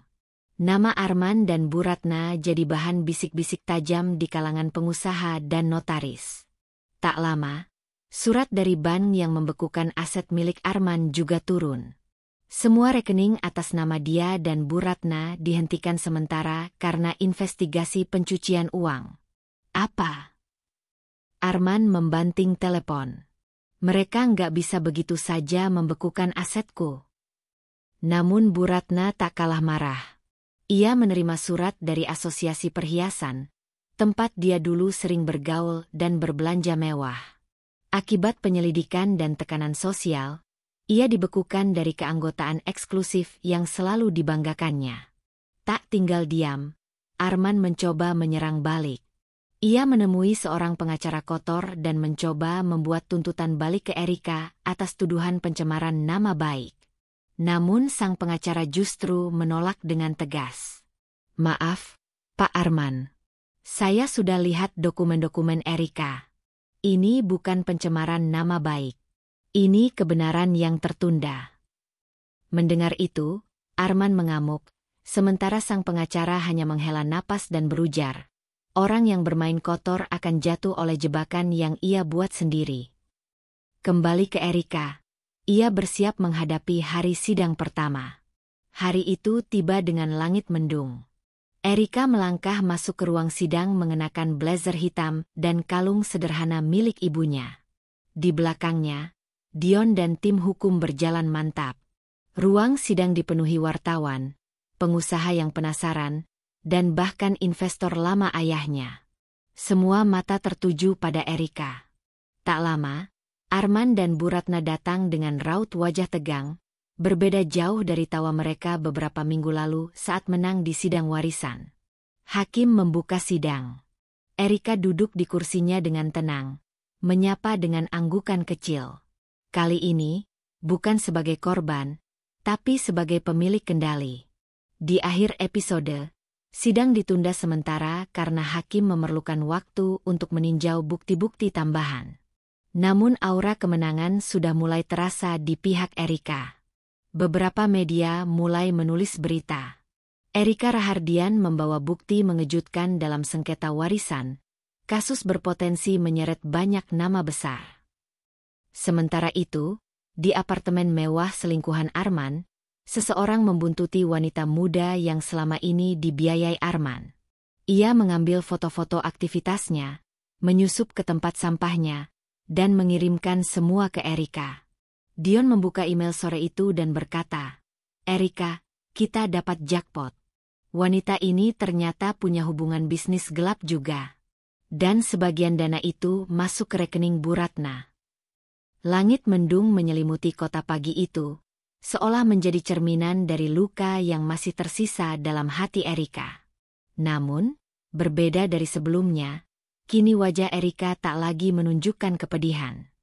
Wajah itu tenang, matanya teduh namun tajam, bibirnya terkatup rapat namun menyimpan keyakinan. Ia tak datang untuk membalas dendam secara murahan, tidak dengan kemarahan, tidak dengan sumpah serapah. Ia datang untuk menang, dengan elegan. Sejak kasus pemalsuan dokumen dan warisan terbongkar perlahan, Erika bekerja dalam diam.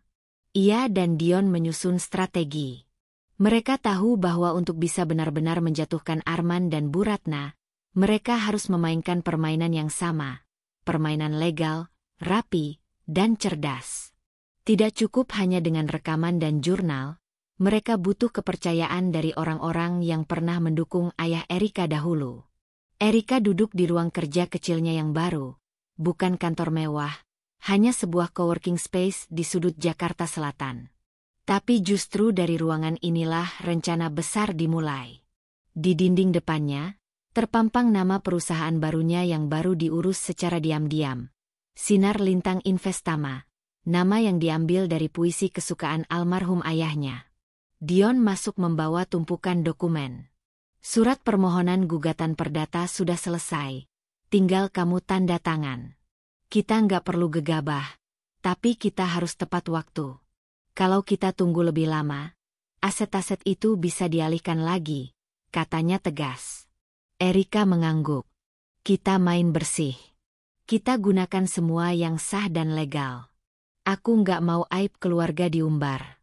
Tapi mereka harus bertanggung jawab. Sementara itu, di tempat lain, Arman dan Bu Ratna masih larut dalam euforia kemenangan.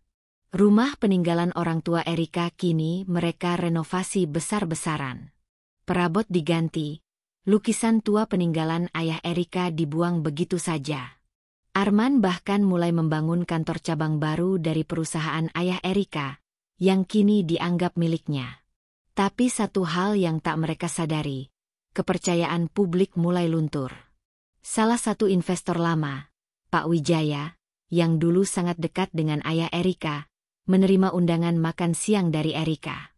Makan siang itu sederhana, hanya di warung tenda Padang favorit ayahnya dulu. Tapi disitulah keajaiban dimulai. Pak, saya tahu saya sudah kalah di sidang pertama. Tapi saya tidak menyerah. Saya punya bukti bahwa ada pemalsuan tanda tangan, notaris gadungan, dan penyalahgunaan nama perusahaan. Saya hanya butuh satu hal dari Bapak, waktu untuk menjelaskan. Pak Wijaya menatap Erika lekat-lekat, lalu tersenyum. Kamu punya mata yang sama seperti ayahmu. Tegas, tapi jujur. Baik, Erika. Aku akan dengar. Hari-hari berikutnya diisi Erika dengan menjalin kembali hubungan dengan orang-orang yang pernah mempercayai ayahnya. Mantan mitra, mantan karyawan senior, bahkan mantan auditor internal perusahaan. Pelan-pelan, jaringan itu kembali terbentuk. Mereka tidak hanya bersimpati pada Erika, tapi juga merasa tertipu oleh Arman yang kini berlagak seperti pemilik sah perusahaan. Erika tak hanya fokus pada gugatan hukum, ia juga mulai menghidupkan kembali lini bisnis lama milik ayahnya yang dulu tak digarap serius. Investasi hijau dan energi terbarukan. Ia menggaet komunitas anak muda, menggandeng inkubator startup, dan memperkuat merek perusahaannya dengan citra bersih dan transparan. Dunia bisnis mulai melirik kembali Erika. Sementara itu, Dion menyusun berkas-berkas untuk gugatan baru yang berisi gugatan atas pemalsuan dokumen waris, gugatan atas penyalahgunaan aset perusahaan, gugatan perdata terkait kerugian pribadi Erika atas pengalihan saham secara ilegal. Semua berkas itu diajukan tanpa sorotan media, tanpa kehebohan. Semua dilakukan secara profesional dan terstruktur. Sore itu, Erika berdiri di depan rumah besar yang dulu adalah milik keluarganya. Kini rumah itu tampak megah, penuh pilar-pilar baru dan taman buatan yang dibuat berlebihan. Tapi bagi Erika, tak ada lagi kehangatan di sana. Dion menghampiri sambil menyerahkan satu map merah. Surat panggilan pertama sudah dikirim ke Arman dan ibunya. 2 minggu lagi kita sidang. Erika menatap rumah itu sekali lagi, lalu berkata pelan, 2 minggu lagi, aku mulai memulihkan apa yang menjadi hakku. Tapi yang lebih penting, aku pulihkan harga diriku. Sementara itu, Bu Ratna yang tengah sibuk menyiapkan pesta ulang tahunnya yang mewah, tak menyadari bahwa badai akan segera datang. Ia tertawa-tawa di ruang tamu sambil mencoba gaun desainer barunya, sesekali memamerkan foto rumah baru di media sosial. Lihat, semua tamu penting sudah konfirmasi hadir, men. Kita harus bikin acara ini jadi pembuktian bahwa kita itu pemenang, katanya sambil tersenyum puas. Arman meneguk anggurnya dan tertawa. Iya, Bu. Dan Erika itu sekarang bukan siapa-siapa. Kita udah ambil semua dari dia. Tapi tawa itu tak akan bertahan lama. Satu demi satu, undangan penting mulai membatalkan kehadiran. Investor lama yang dijadwalkan hadir malah menemui Erika. Bahkan media yang tadinya siap meliput pesta Bu Ratna kini justru mengirim wartawan untuk menggali kebenaran soal pemalsuan dokumen waris. Dunia mulai berbalik arah. Beberapa hari sebelum pesta ulang tahun itu digelar, Erika berdiri di ruang rapat bersama para investor dan tim barunya. Ia menunjukkan presentasi rencana ekspansi bisnis yang ia buat sendiri, bukan untuk menyaingi Arman, tapi untuk membangun ulang nama besar ayahnya yang dulu dicoreng. Visi kita bukan sekadar membalas. Visi kita adalah membangun ekosistem bisnis yang jujur dan berdampak. Kita mulai dari sini, ucap Erika lantang. Para investor memberikan tepuk tangan. Di balik layar, Dion tersenyum puas. Mereka akan hancur bukan karena kita dorong jatuh, tapi karena mereka menggali kuburnya sendiri. Dan di saat itu juga, Erika memutuskan satu hal. Ia akan datang ke pesta ulang tahun Bu Ratna. Bukan untuk mengumbar dendam, tapi untuk memberi tamparan realita yang tak bisa dibantah siapapun. Pesta ulang tahun Bu Ratna digelar di ballroom hotel mewah di pusat kota, lengkap dengan dekorasi emas dan ungu yang mencolok, chandelier berkilau, dan alunan musik klasik dari kuartet gesek profesional. Para tamu berdatangan dengan busana terbaik mereka. Para sosialita, kolega bisnis Arman, dan teman-teman arisan Bu Ratna hadir. Sebagian karena sungkan, sebagian lagi karena penasaran akan kejayaan keluarga ini. Bu Ratna sendiri tampil mencolok dengan gaun berkilau penuh payet, mahkota kecil di kepala, dan perhiasan berlian mencolok di leher serta jari-jarinya.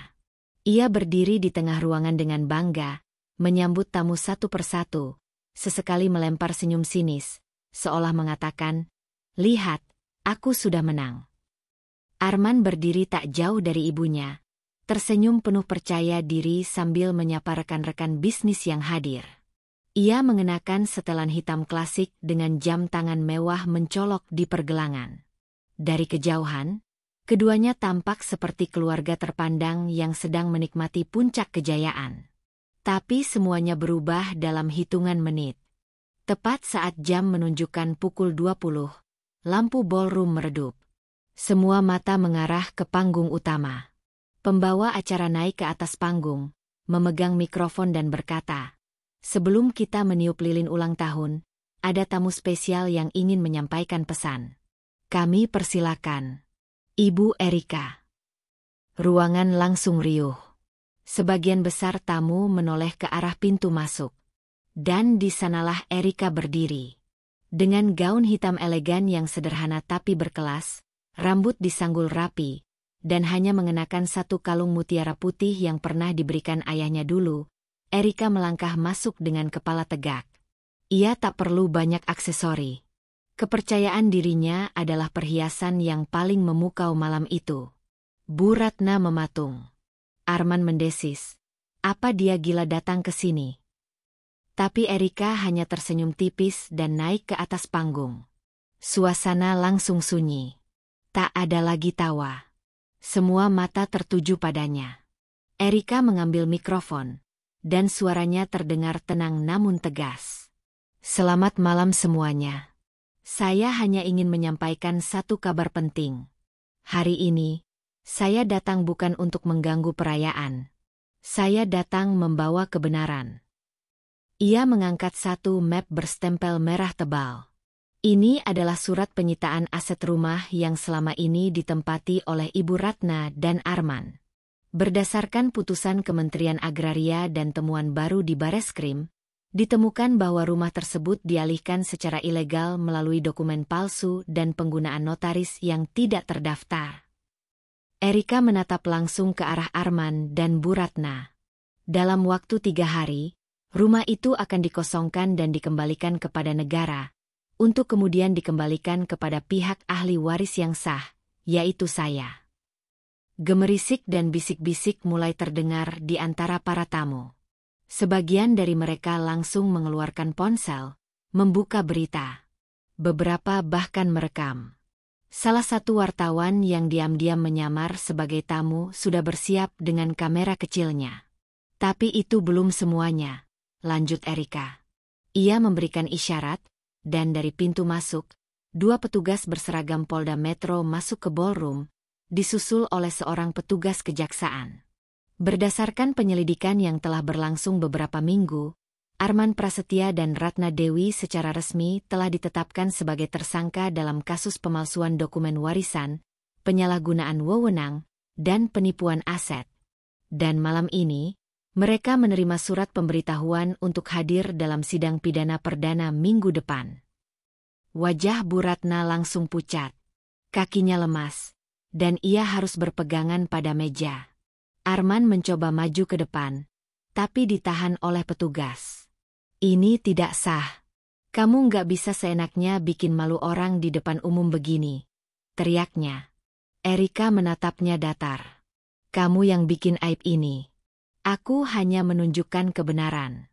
Dan malam ini, semua orang melihatnya. Bu Ratna mulai menangis.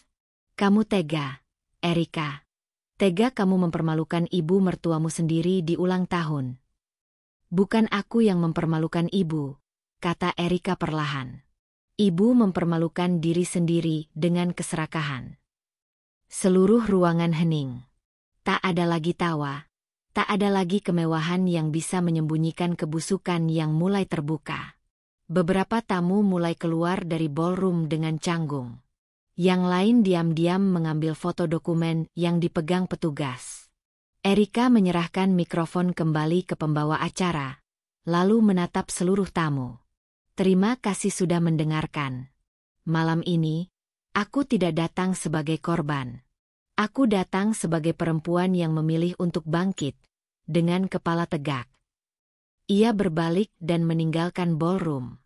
Langkahnya ringan, tanpa rasa takut sedikitpun. Di luar ballroom, udara malam terasa segar. Dion menunggu di mobil, dan saat Erika masuk, ia berkata, "Itu tadi, luar biasa. Aku nggak pernah lihat kamu setenang itu." Erika menatap keluar jendela. Aku sudah pernah kehilangan semuanya. Hari ini aku hanya mengambil kembali apa yang memang milikku. Tapi aku nggak pernah ingin menghancurkan mereka. Aku hanya mau mereka mempertanggungjawabkan semuanya. Dion tersenyum. Kamu tahu, banyak orang di dalam tadi akan berpihak padamu sekarang. Biarkan saja. Aku nggak butuh pembelaan mereka. Aku cuma butuh kebenaran berdiri sendiri.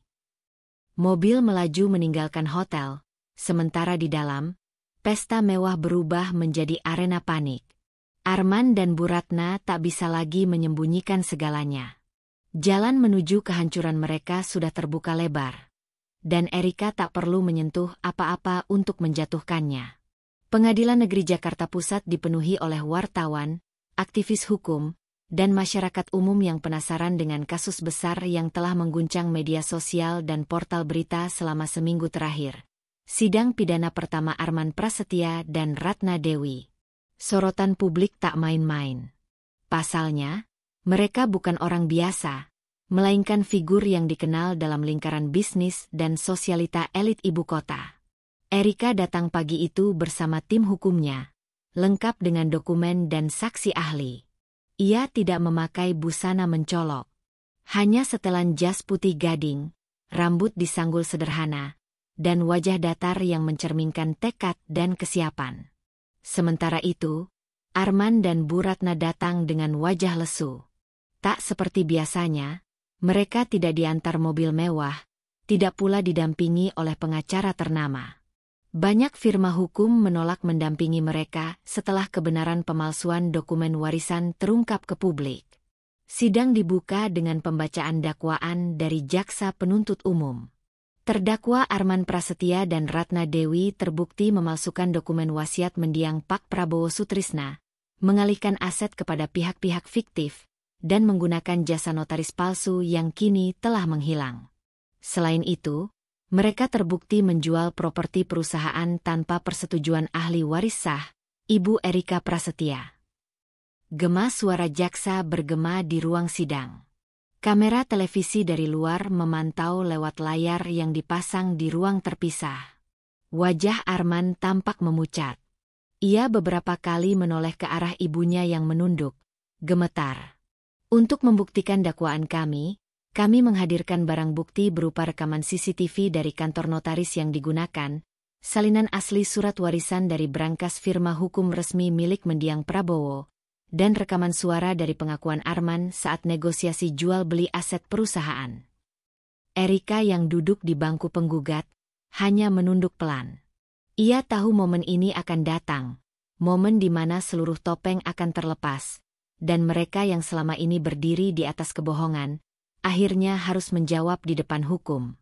Satu persatu bukti ditampilkan di layar sidang.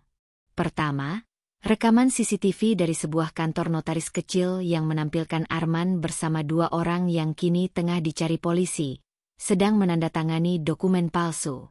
Lalu, rekaman suara dari salah satu transaksi penjualan properti milik perusahaan ayah Erika, yang mencatat percakapan. Jangan khawatir. Suratnya udah beres.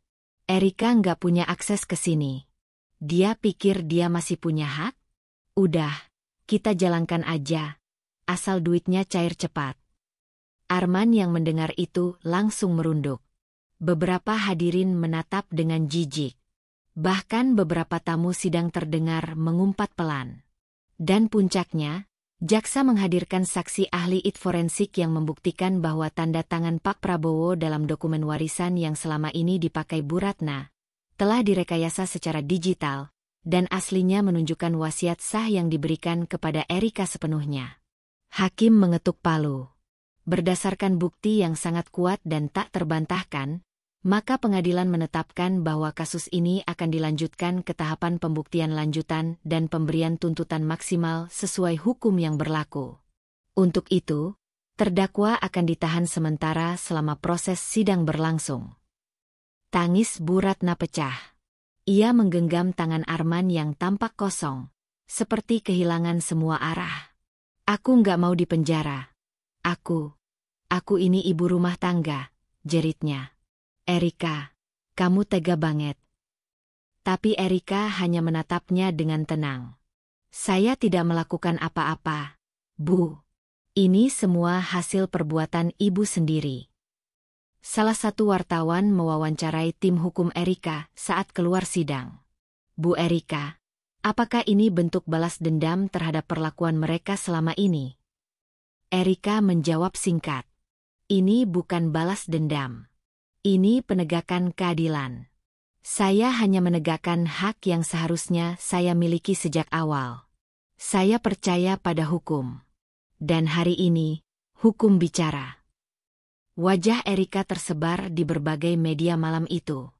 Judul-judul berita menghiasi laman depan. Skandal warisan terbesar tahun ini. Erika menang mutlak di sidang pertama. Arman dan ibunya terancam 15 tahun penjara. Semua bukti mengerucut. Dulu diusir dan dihina.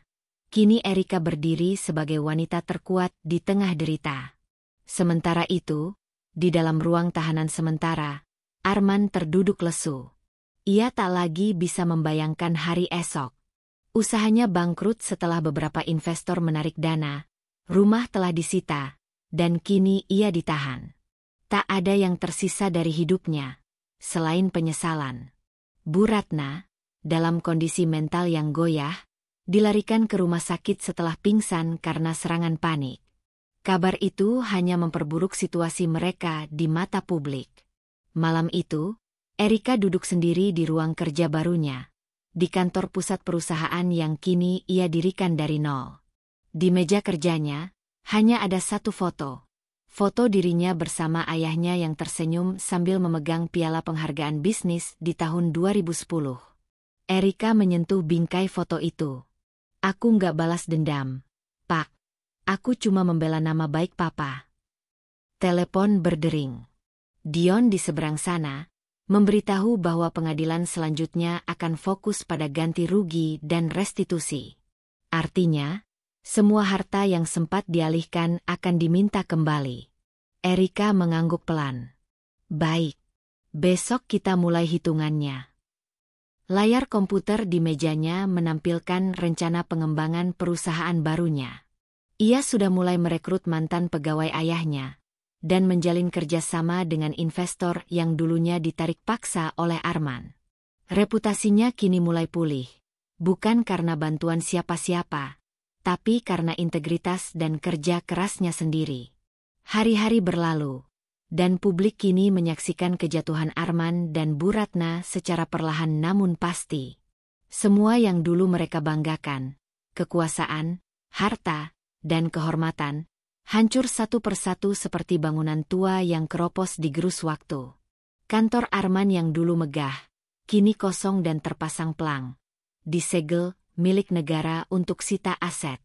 Rumah mereka di kawasan elit Pondok Indah, yang dulu jadi lokasi pesta meriah dan tempat Bu Ratna memamerkan perhiasan dan koneksi sosialita, kini sunyi. Ket tembok mulai terkelupas, halaman tak terurus, dan seorang satpam tampak menjaga sambil sesekali mengusir wartawan. Tak ada lagi gelak tawa Bu Ratna yang sombong. Tak ada lagi langkah Arman yang pongah. Dunia mereka telah berbalik 180 derajat. Di dalam rumah sakit, Bu Ratna hanya bisa terbaring lemah. Stroke ringan menyerangnya sejak 1 minggu lalu. Tangannya gemetar, dan ia hanya bisa bicara dengan terbata. Di matanya, ada gurat ketakutan dan penyesalan yang mendalam. Tak ada satupun teman arisan yang datang menjenguknya. Bahkan, saat ulang tahunnya ke-60 tiba, tak ada bunga, kue, apalagi pesta mewah.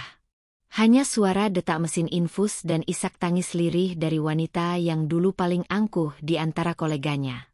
Kenapa semua ini terjadi padaku? Lirihnya di depan suster. Suster hanya tersenyum kaku, lalu keluar ruangan. Ia tidak punya jawaban. Tapi seluruh rumah sakit tahu siapa wanita itu, dan apa yang ia lakukan pada anak tirinya. Simpati pun enggan datang. Sementara itu, Arman yang kini berada di dalam tahanan, duduk diam dalam sel berukuran 3x3 meter, mengenakan kaos lusuh dan celana panjang tahanan.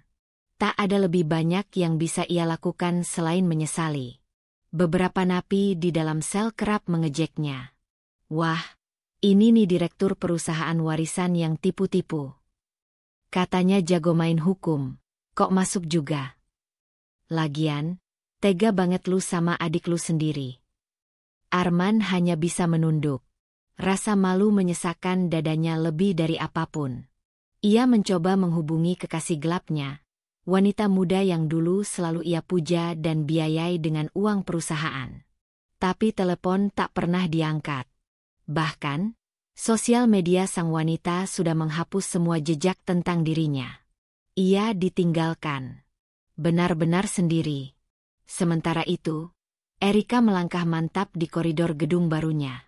Kini, kantor pusat Prasetya Inti Nusantara, perusahaan baru yang ia bangun di atas reputasi lama ayahnya, mulai bangkit dan mendapat banyak perhatian media dan investor. Di salah satu ruang meeting, Erika tengah mempresentasikan rencana pengembangan bisnis properti berkelanjutan berbasis lingkungan. Semua mata memandangnya kagum. Yang kita bangun bukan sekadar gedung, ucap Erika, tegas. Tapi kepercayaan.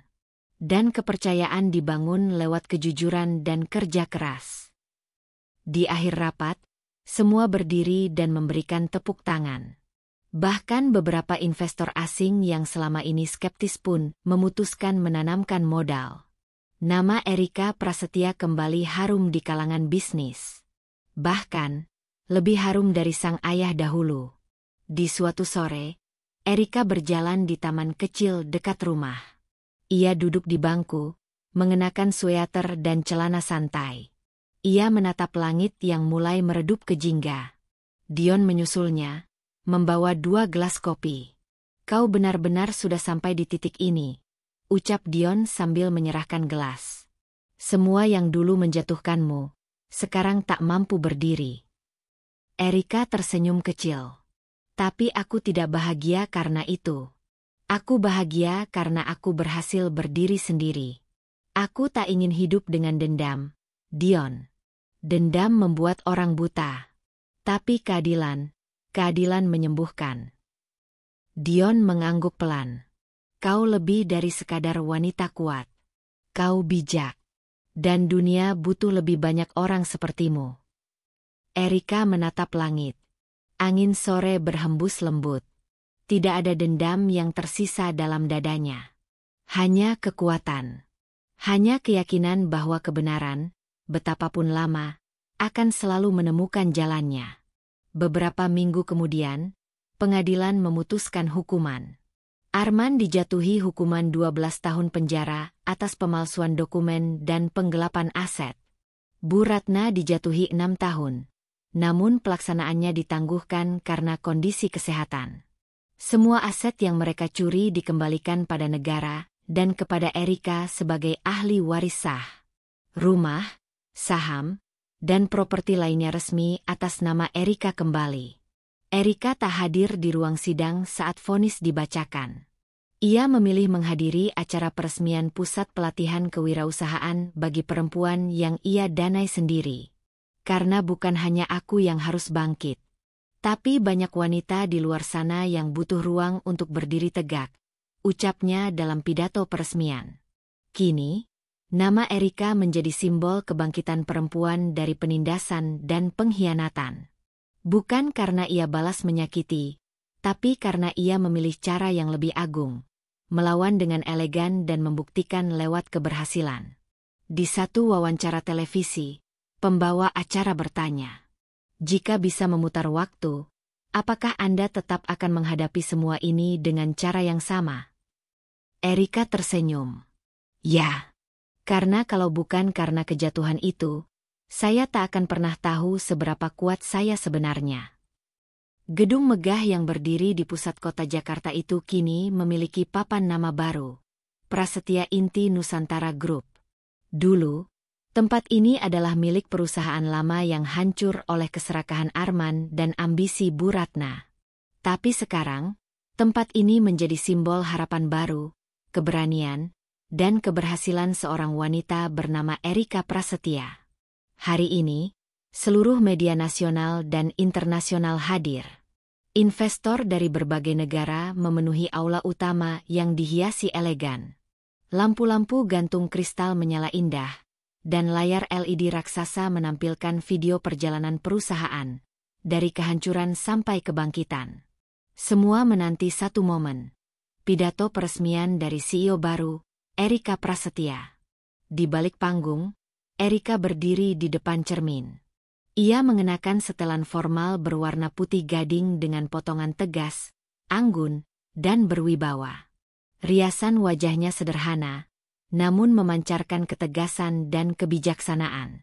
Dion, yang kini menjabat sebagai direktur operasional perusahaan, berdiri di sampingnya. "Kau siap?" tanya Dion dengan lembut. Erika mengangguk. Sudah lebih dari siap. Ia menghela napas sebentar, mengingat semua yang telah ia lalui. Pengkhianatan, penghinaan, kehilangan ayah, perebutan warisan, sidang demi sidang, hingga fitnah dan ketidakadilan. Semua itu telah membentuknya menjadi wanita yang hari ini akan berdiri di atas panggung bukan sebagai korban, tapi sebagai pemenang. Saat namanya dipanggil, seluruh aula berdiri dan bertepuk tangan. Erika melangkah maju dengan kepala tegak. "Terima kasih kepada semua pihak yang telah hadir hari ini," buka Erika di atas podium. "Hari ini bukan hanya peresmian gedung. Ini adalah momen kelahiran kembali." Hening menyelimuti ruangan. "Saya berdiri di sini, bukan karena saya lebih pintar, bukan pula karena saya lebih beruntung. Saya berdiri di sini karena saya pernah dihancurkan, namun saya memilih untuk tidak tinggal di bawah reruntuhan." Tepuk tangan mulai terdengar. "Saya pernah kehilangan semuanya, keluarga, harta, bahkan kepercayaan orang-orang. Tapi saya belajar satu hal, bahwa kita bisa kalah dalam pertempuran, tapi kita tak boleh menyerah dalam perang untuk kebenaran." Tepuk tangan semakin bergemuruh. Erika melanjutkan dengan suara mantap, "Hari ini, saya mengumumkan bahwa perusahaan ini bukan hanya akan bergerak di bidang properti, tapi juga membuka program pelatihan dan pendanaan untuk perempuan yang ingin mandiri. Karena saya tahu, di luar sana, Banyak perempuan seperti saya yang butuh kesempatan untuk berdiri kembali. Setelah pidato, Erika disambut oleh investor dan kolega. Beberapa bahkan meminta wawancara dan menyatakan kagum pada keberaniannya. Namun satu momen yang membuatnya paling terharu adalah ketika seorang wanita tua menghampirinya. Wanita itu adalah mantan karyawan perusahaan ayahnya yang dulu diberhentikan secara sepihak oleh Arman. Terima kasih, Nak Erika. Kamu sudah mengembalikan bukan hanya nama baik ayahmu, tapi juga harapan kami, ucap wanita itu sambil menggenggam tangan Erika erat. Erika menahan air mata. Saya hanya melakukan apa yang seharusnya saya lakukan, Bu. Demi semua yang pernah dikhianati oleh kekuasaan dan keserakahan. Sementara itu, di layar berita, wajah Arman kembali muncul. Tapi kali ini sebagai narapidana yang divonis secara sah. Tak ada lagi keangkuhan di wajahnya. Ia tampak lelah dan hampa. Bahkan, menurut berita, ia sering duduk sendiri di pojok sel, tak mau berbicara dengan siapapun. Bu Ratna yang kini tinggal di rumah kontrakan kecil di pinggiran kota, juga tak pernah lagi muncul di hadapan publik. Beberapa kali terlihat mencoba menghubungi Erika melalui pengacara. Namun Erika hanya memberikan satu pernyataan. Saya tidak membenci mereka. Tapi saya tidak perlu mereka dalam hidup saya lagi. Di malam harinya, Erika duduk di balkon rumahnya. Angin malam berhembus lembut. Ia memandangi lampu-lampu kota dari kejauhan, dengan secangkir teh hangat di tangannya. Dion duduk di sampingnya. Apa kau menyesal telah memilih jalur ini? Tanya Dion. Erika menggeleng pelan. Tidak. Aku justru bersyukur. Karena dari kehancuran itu, aku belajar jadi kuat. Aku tidak ingin menjadi orang yang membalas dengan kekerasan atau mencaci. Aku ingin jadi bukti bahwa kemenangan terbaik adalah saat kita berdiri tegak, tanpa menjatuhkan. Dion tersenyum. Dan kamu telah melakukannya. Erika memejamkan mata sejenak. Ayah pasti bangga melihatku sekarang. Pasti, sahut Dion lirih. Dan kau tahu, aku juga bangga. Erika tertawa kecil. Untuk pertama kalinya, tawa itu tidak berisi kepedihan. Tidak lagi pahit. Tapi tawa yang datang dari kedamaian. Erika bukan hanya berhasil membalikan keadaannya, tapi juga membuktikan bahwa balas dendam yang elegan bukanlah menyakiti balik, tapi membangun lebih tinggi hingga mereka yang pernah merendahkan kita harus mendongak untuk melihat kita. Arman dan Bu Ratna jatuh bukan karena Erika menghancurkan mereka, tapi karena keserakahan mereka sendiri. Sedangkan Erika, ia berdiri. Dan ia tak hanya berdiri untuk dirinya sendiri, tapi untuk banyak perempuan lain yang belajar darinya.